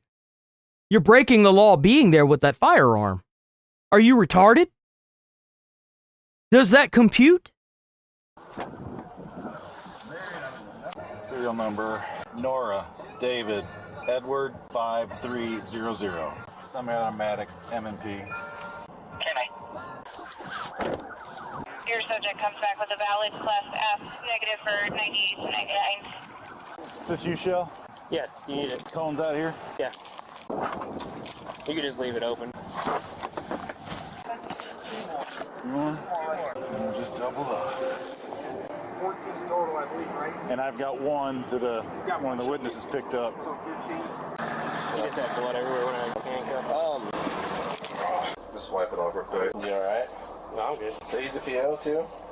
He's saying it was self-defense. He shot 10 times. It doesn't matter. You can't have a firearm on school property. It's illegal. It's illegal. Unless you're a peacekeeper. That's the only time it's legal. Period. It's gonna be a cluster, but there's a million witnesses, so.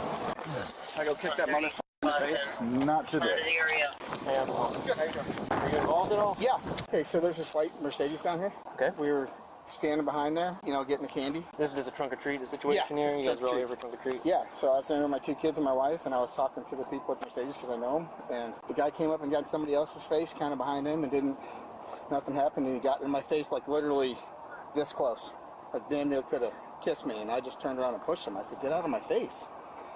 What do you think you're doing?" And he tripped and fell. And then when he was in my face, he said, "You guys are all going to die." And that's when I pushed him. And then so he got in your face, he said you're all gonna die. Yeah. You pushed him. Yeah, because I could just tell there wasn't something right. I just pushed him out of my face, you know, and he tripped and fell. And as he got up, I saw the gun in his hand. He pulled it out of his waistband and got it in his hand. And I picked up both my kids as my wife's yelling at me, "Why did you do that?" I'm like, "Run." And then we ran, and then I guess some big guy held him down until you guys got there. He shot off I heard about 8 or 10 shots. That's what I've heard. Is that what you're claiming? Is that you heard 8 shots? Yeah, 8 to 10 shots. Okay. And then they were fast, just Were you running away at the time of that, or were you actually observing? Like, what was he shooting at? So when he started shooting, I was in front of the car and I just saw the gun up. So he's shooting into the air? I saw it up, and then that's when we went from the car to the truck, and I just ran because I wanted to make sure he wasn't pointing at me before I went from car to truck because there was a gap. So possibly shooting in the air. Yeah. But I mean, they were just, you know. Was he in a tussle with somebody? No, he literally, he was walking up, got in somebody, then walked up, and then he got in my face. Like, nobody was engaged, nobody talked to him. The only reason I pushed him out of the face because he was in my face. Okay. You know, I never saw the guy. What? I'm sorry, I may have missed it. I'm sorry, but if somebody like gets in your face and says you're gonna die, it is like up in your face. I feel like that's valid to push them away, dude. Like, that's weird. Yeah, I don't blame this dude, this dad, for doing what he did at all.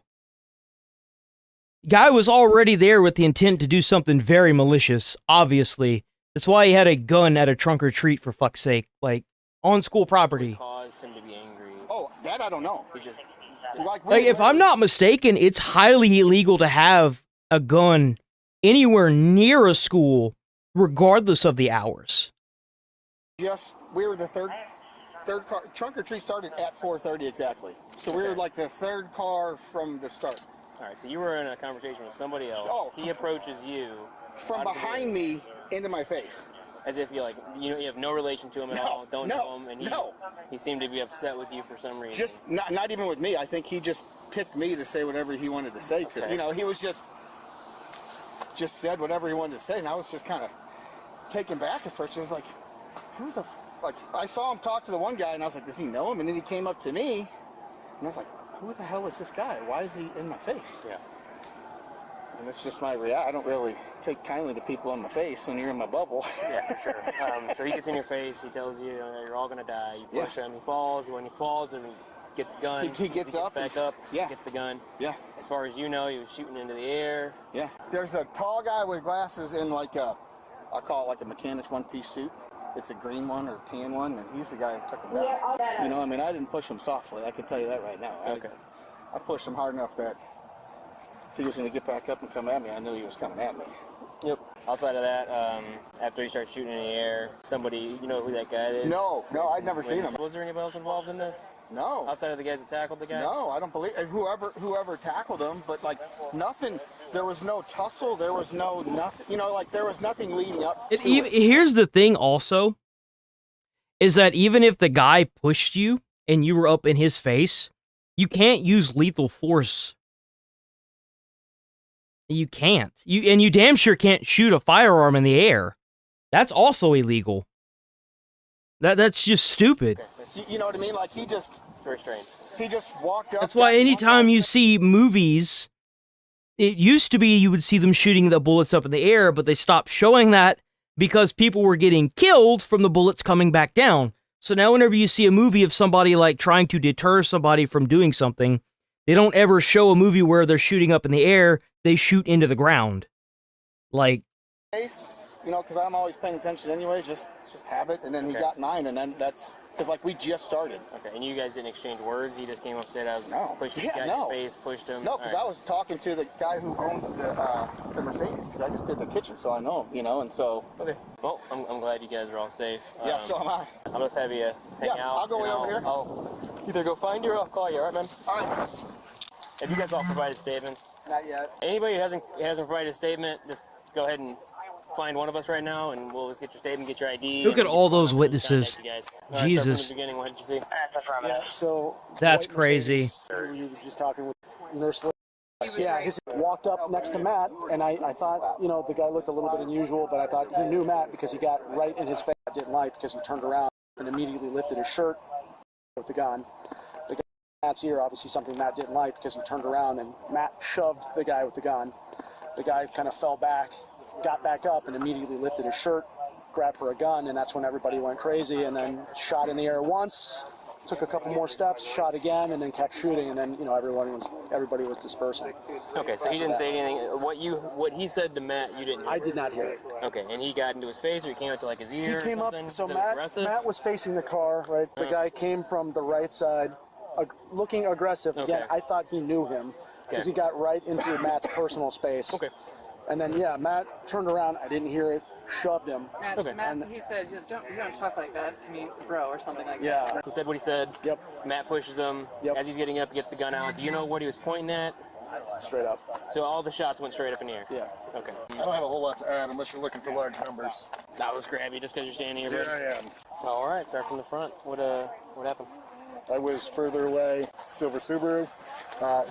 Looked like a couple of people pushing each other around. Was odd. Then people started to scatter. Dude in black put a gun up in the air. I assumed it was fake. Seemed like a joke.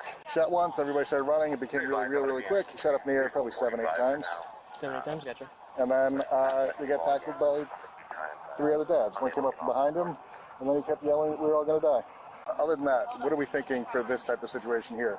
Cars are going to be here for a while. Should I send the family home some other way if I can? Yeah, they got to process the scene. Any of you guys see the whole incident? I gave my name to somebody, but I can talk to you. Okay, you already gave your name? I did give my. Was directed towards anybody? Not that I saw. So before the event started, we had to. Then he started swearing at people, and then whatever prompted him to pull out some sort of firearm and start shooting in the air. Okay, do you know who he was saying stuff to earlier? It was random. He said something to me. Once the event started, he just kind of started going around into the crowd. Oh, so he like walked around to everybody and said some crazy shit. He was just trying to find somebody to push him. That's what he was trying to do. There was some moms that came up to our table saying, "Who is this?" He's like yelling profanities in the crowd. So he was acting manic for a while. Yeah, he was acting completely weird, and I mean, and we're talking. This is less than 5 minutes total. I heard you helped subdue him. Awesome. Anybody else helped you do that? As a group of you? Yeah. Okay. At the time of being subdued, how did that go about? One person was like in his face initially, and then someone I think came behind him and grabbed him and tackled him to the ground. Okay. Where did the gun go during all They this? were trying to hold the gun down, so they were somebody was punching him in the face. Yeah, and trying to hold. The other guy was holding. Okay, so as soon as the shots went off, you guys swarmed in and got him out. All right. Well, thank you guys for that. Everybody's statements basically match up, so that's good. If you guys have anything else, just give the department a call. If you want to provide anything further on statements, or if you have somebody else that may have saw something, just give them, obviously tell them to call up and give us their information. More people that have statements to provide, the better. All right, so I hope you guys have a safe rest of the day, and just try to go be with your famous. Okay? Thank you. The suspect who opened fire was Matthew McCulloch, an off-duty St. Louis County police Oh officer. my God, that was a cop. That was a fucking cop. I was like, dude, why did a cop get fired? That was the fucking police officer. He was off duty. Holy shit.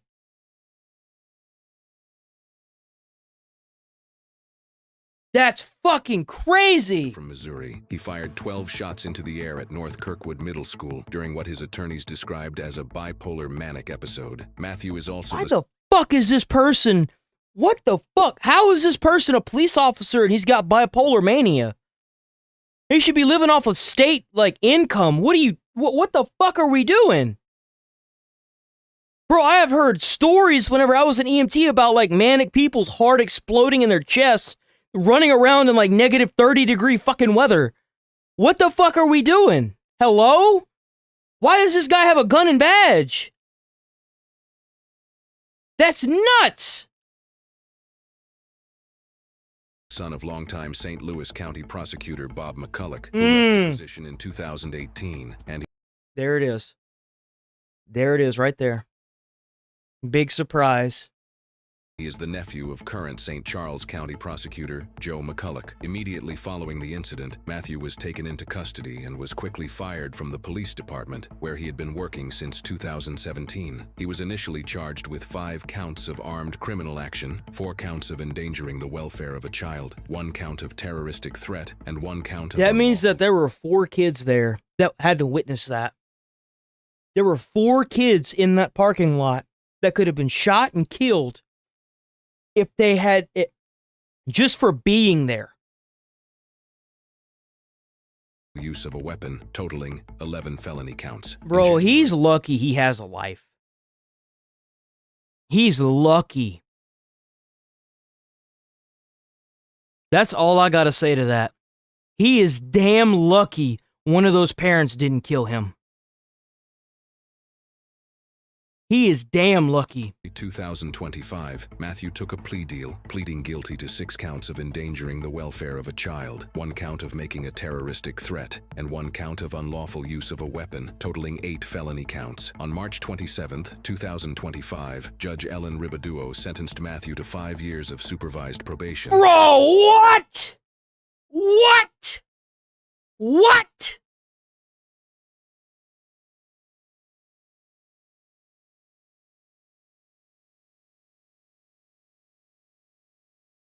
No fucking shot. Bro got a slap on the fucking wrist for that?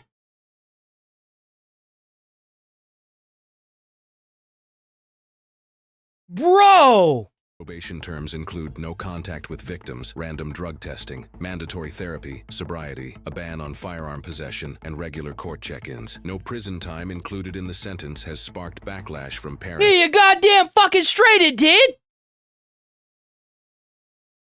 Bro! What the fuck? Are you fucking kidding me?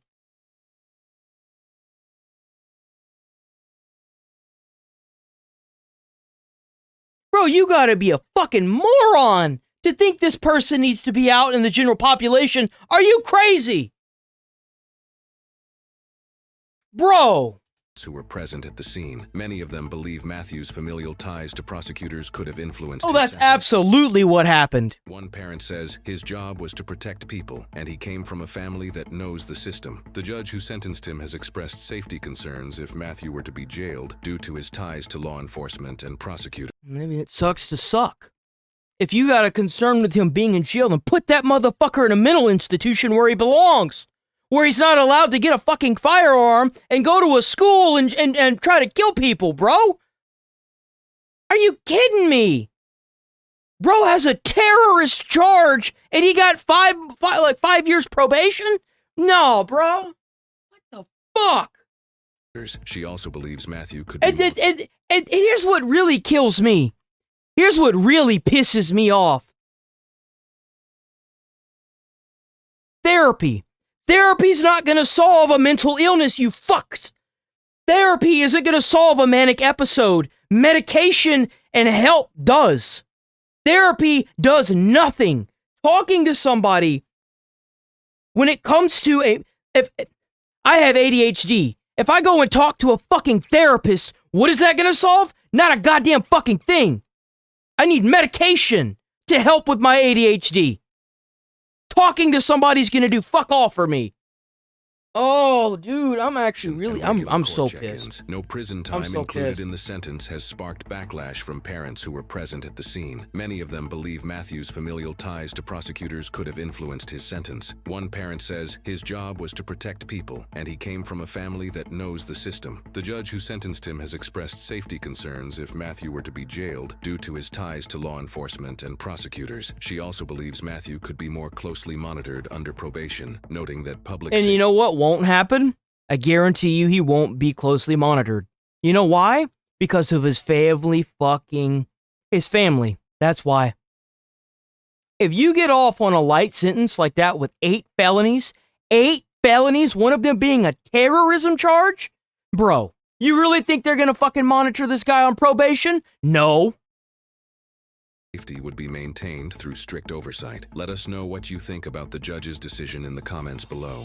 I think that fucker needs to be fired. They need to revoke that bitch's ability to even do law, and they need to put that fucker in jail forever. Nothing more terrifying than realizing the person sworn to protect can unravel in the middle of an event and fire 12 rounds into the sky and still walk away with a sentence that makes parents wonder if justice has two different settings depending on your last name. Some people think cops are carved out of cinder blocks like nothing shakes us, but reality is much uglier. And this job cuts into you every year until the pain doesn't even show in your face anymore. Especially with how he was acting, too. That motherfucker had zero remorse for what he did. Zero remorse. The way he was talking to those police... Dude, that guy's totally going to do it again. He's totally going to do it again. Guy's a ticking time bomb. Cops actually crack in silence long before anyone sees the signs, and a uniform can hide damage until it spills out in front of families who had no way to see it coming. I think mandatory psychological exams should be a yearly appointment because, truth be told, they're just as serious as firearm qualifications. You cannot throw officers into trauma for years, ignore the warning signs, and then shrug it off when a manic break nearly turns a children's event into a tragedy. I've seen it in Philly. Cops fall apart quietly because they know the system treats mental health like a liability, so they hide it right up until the moment it explodes. That's why communities need officers who are grounded, not officers drowning in untreated... Bro's completely based. W Midwest Safety, you're a freaking G, bro. You're absolutely right. Absolutely right. Mental health issues, and a badge doesn't erase bipolar episodes, trauma, or personal demons. It just masks them behind authority. And that mask did slip here, and it shook these people because the danger did come from someone parents would have trusted without hesitation. Because when a cop's mind caves in and no one catches it, the threat isn't a stranger in the dark. Unfortunately, it's the officer family's trust to stand between them and the danger.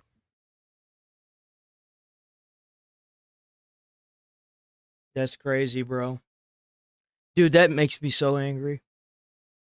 Ooh, I'm getting a headache from that. All right, boys. I'm going to roll up out of here for the day. I'll be back on first thing in the morning. Tomorrow's Friday already. I'm so ready. So ready, boys. I'll see y'all tomorrow, bright and early. Try to stay safe, stay friendly out there. Try to put a smile on someone's face. You might change their whole day or their whole life. Who knows? Stay away from crazy people, beat the shit out of people that want to hurt kids, and I'll catch y'all tomorrow. Peace!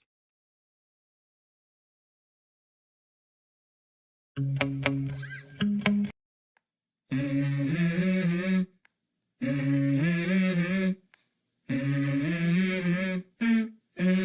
Thanks for watching. I wake up to a little bit of drool on my pillow, feel like it's gonna be a bad day. Yeah, I'm tired of shit, and the coffee ain't hit yet, damn, ain't that great. I don't wanna go to work, cause my boss is a jerk, and I'm not even that paid. I need a change in my life, cause I don't feel alive, and there's nothing that makes me happy. Hold my beer for a minute, I'm about to quit my job, cash in for a ticket. I'm going on a trip, and I don't plan to visit. I'm gonna stay there till I feel like I'm winning, and this is just the beginning. I need a big change, help me feel like living. I need a big swing, home runs I'm hitting, and I'll never look back, moving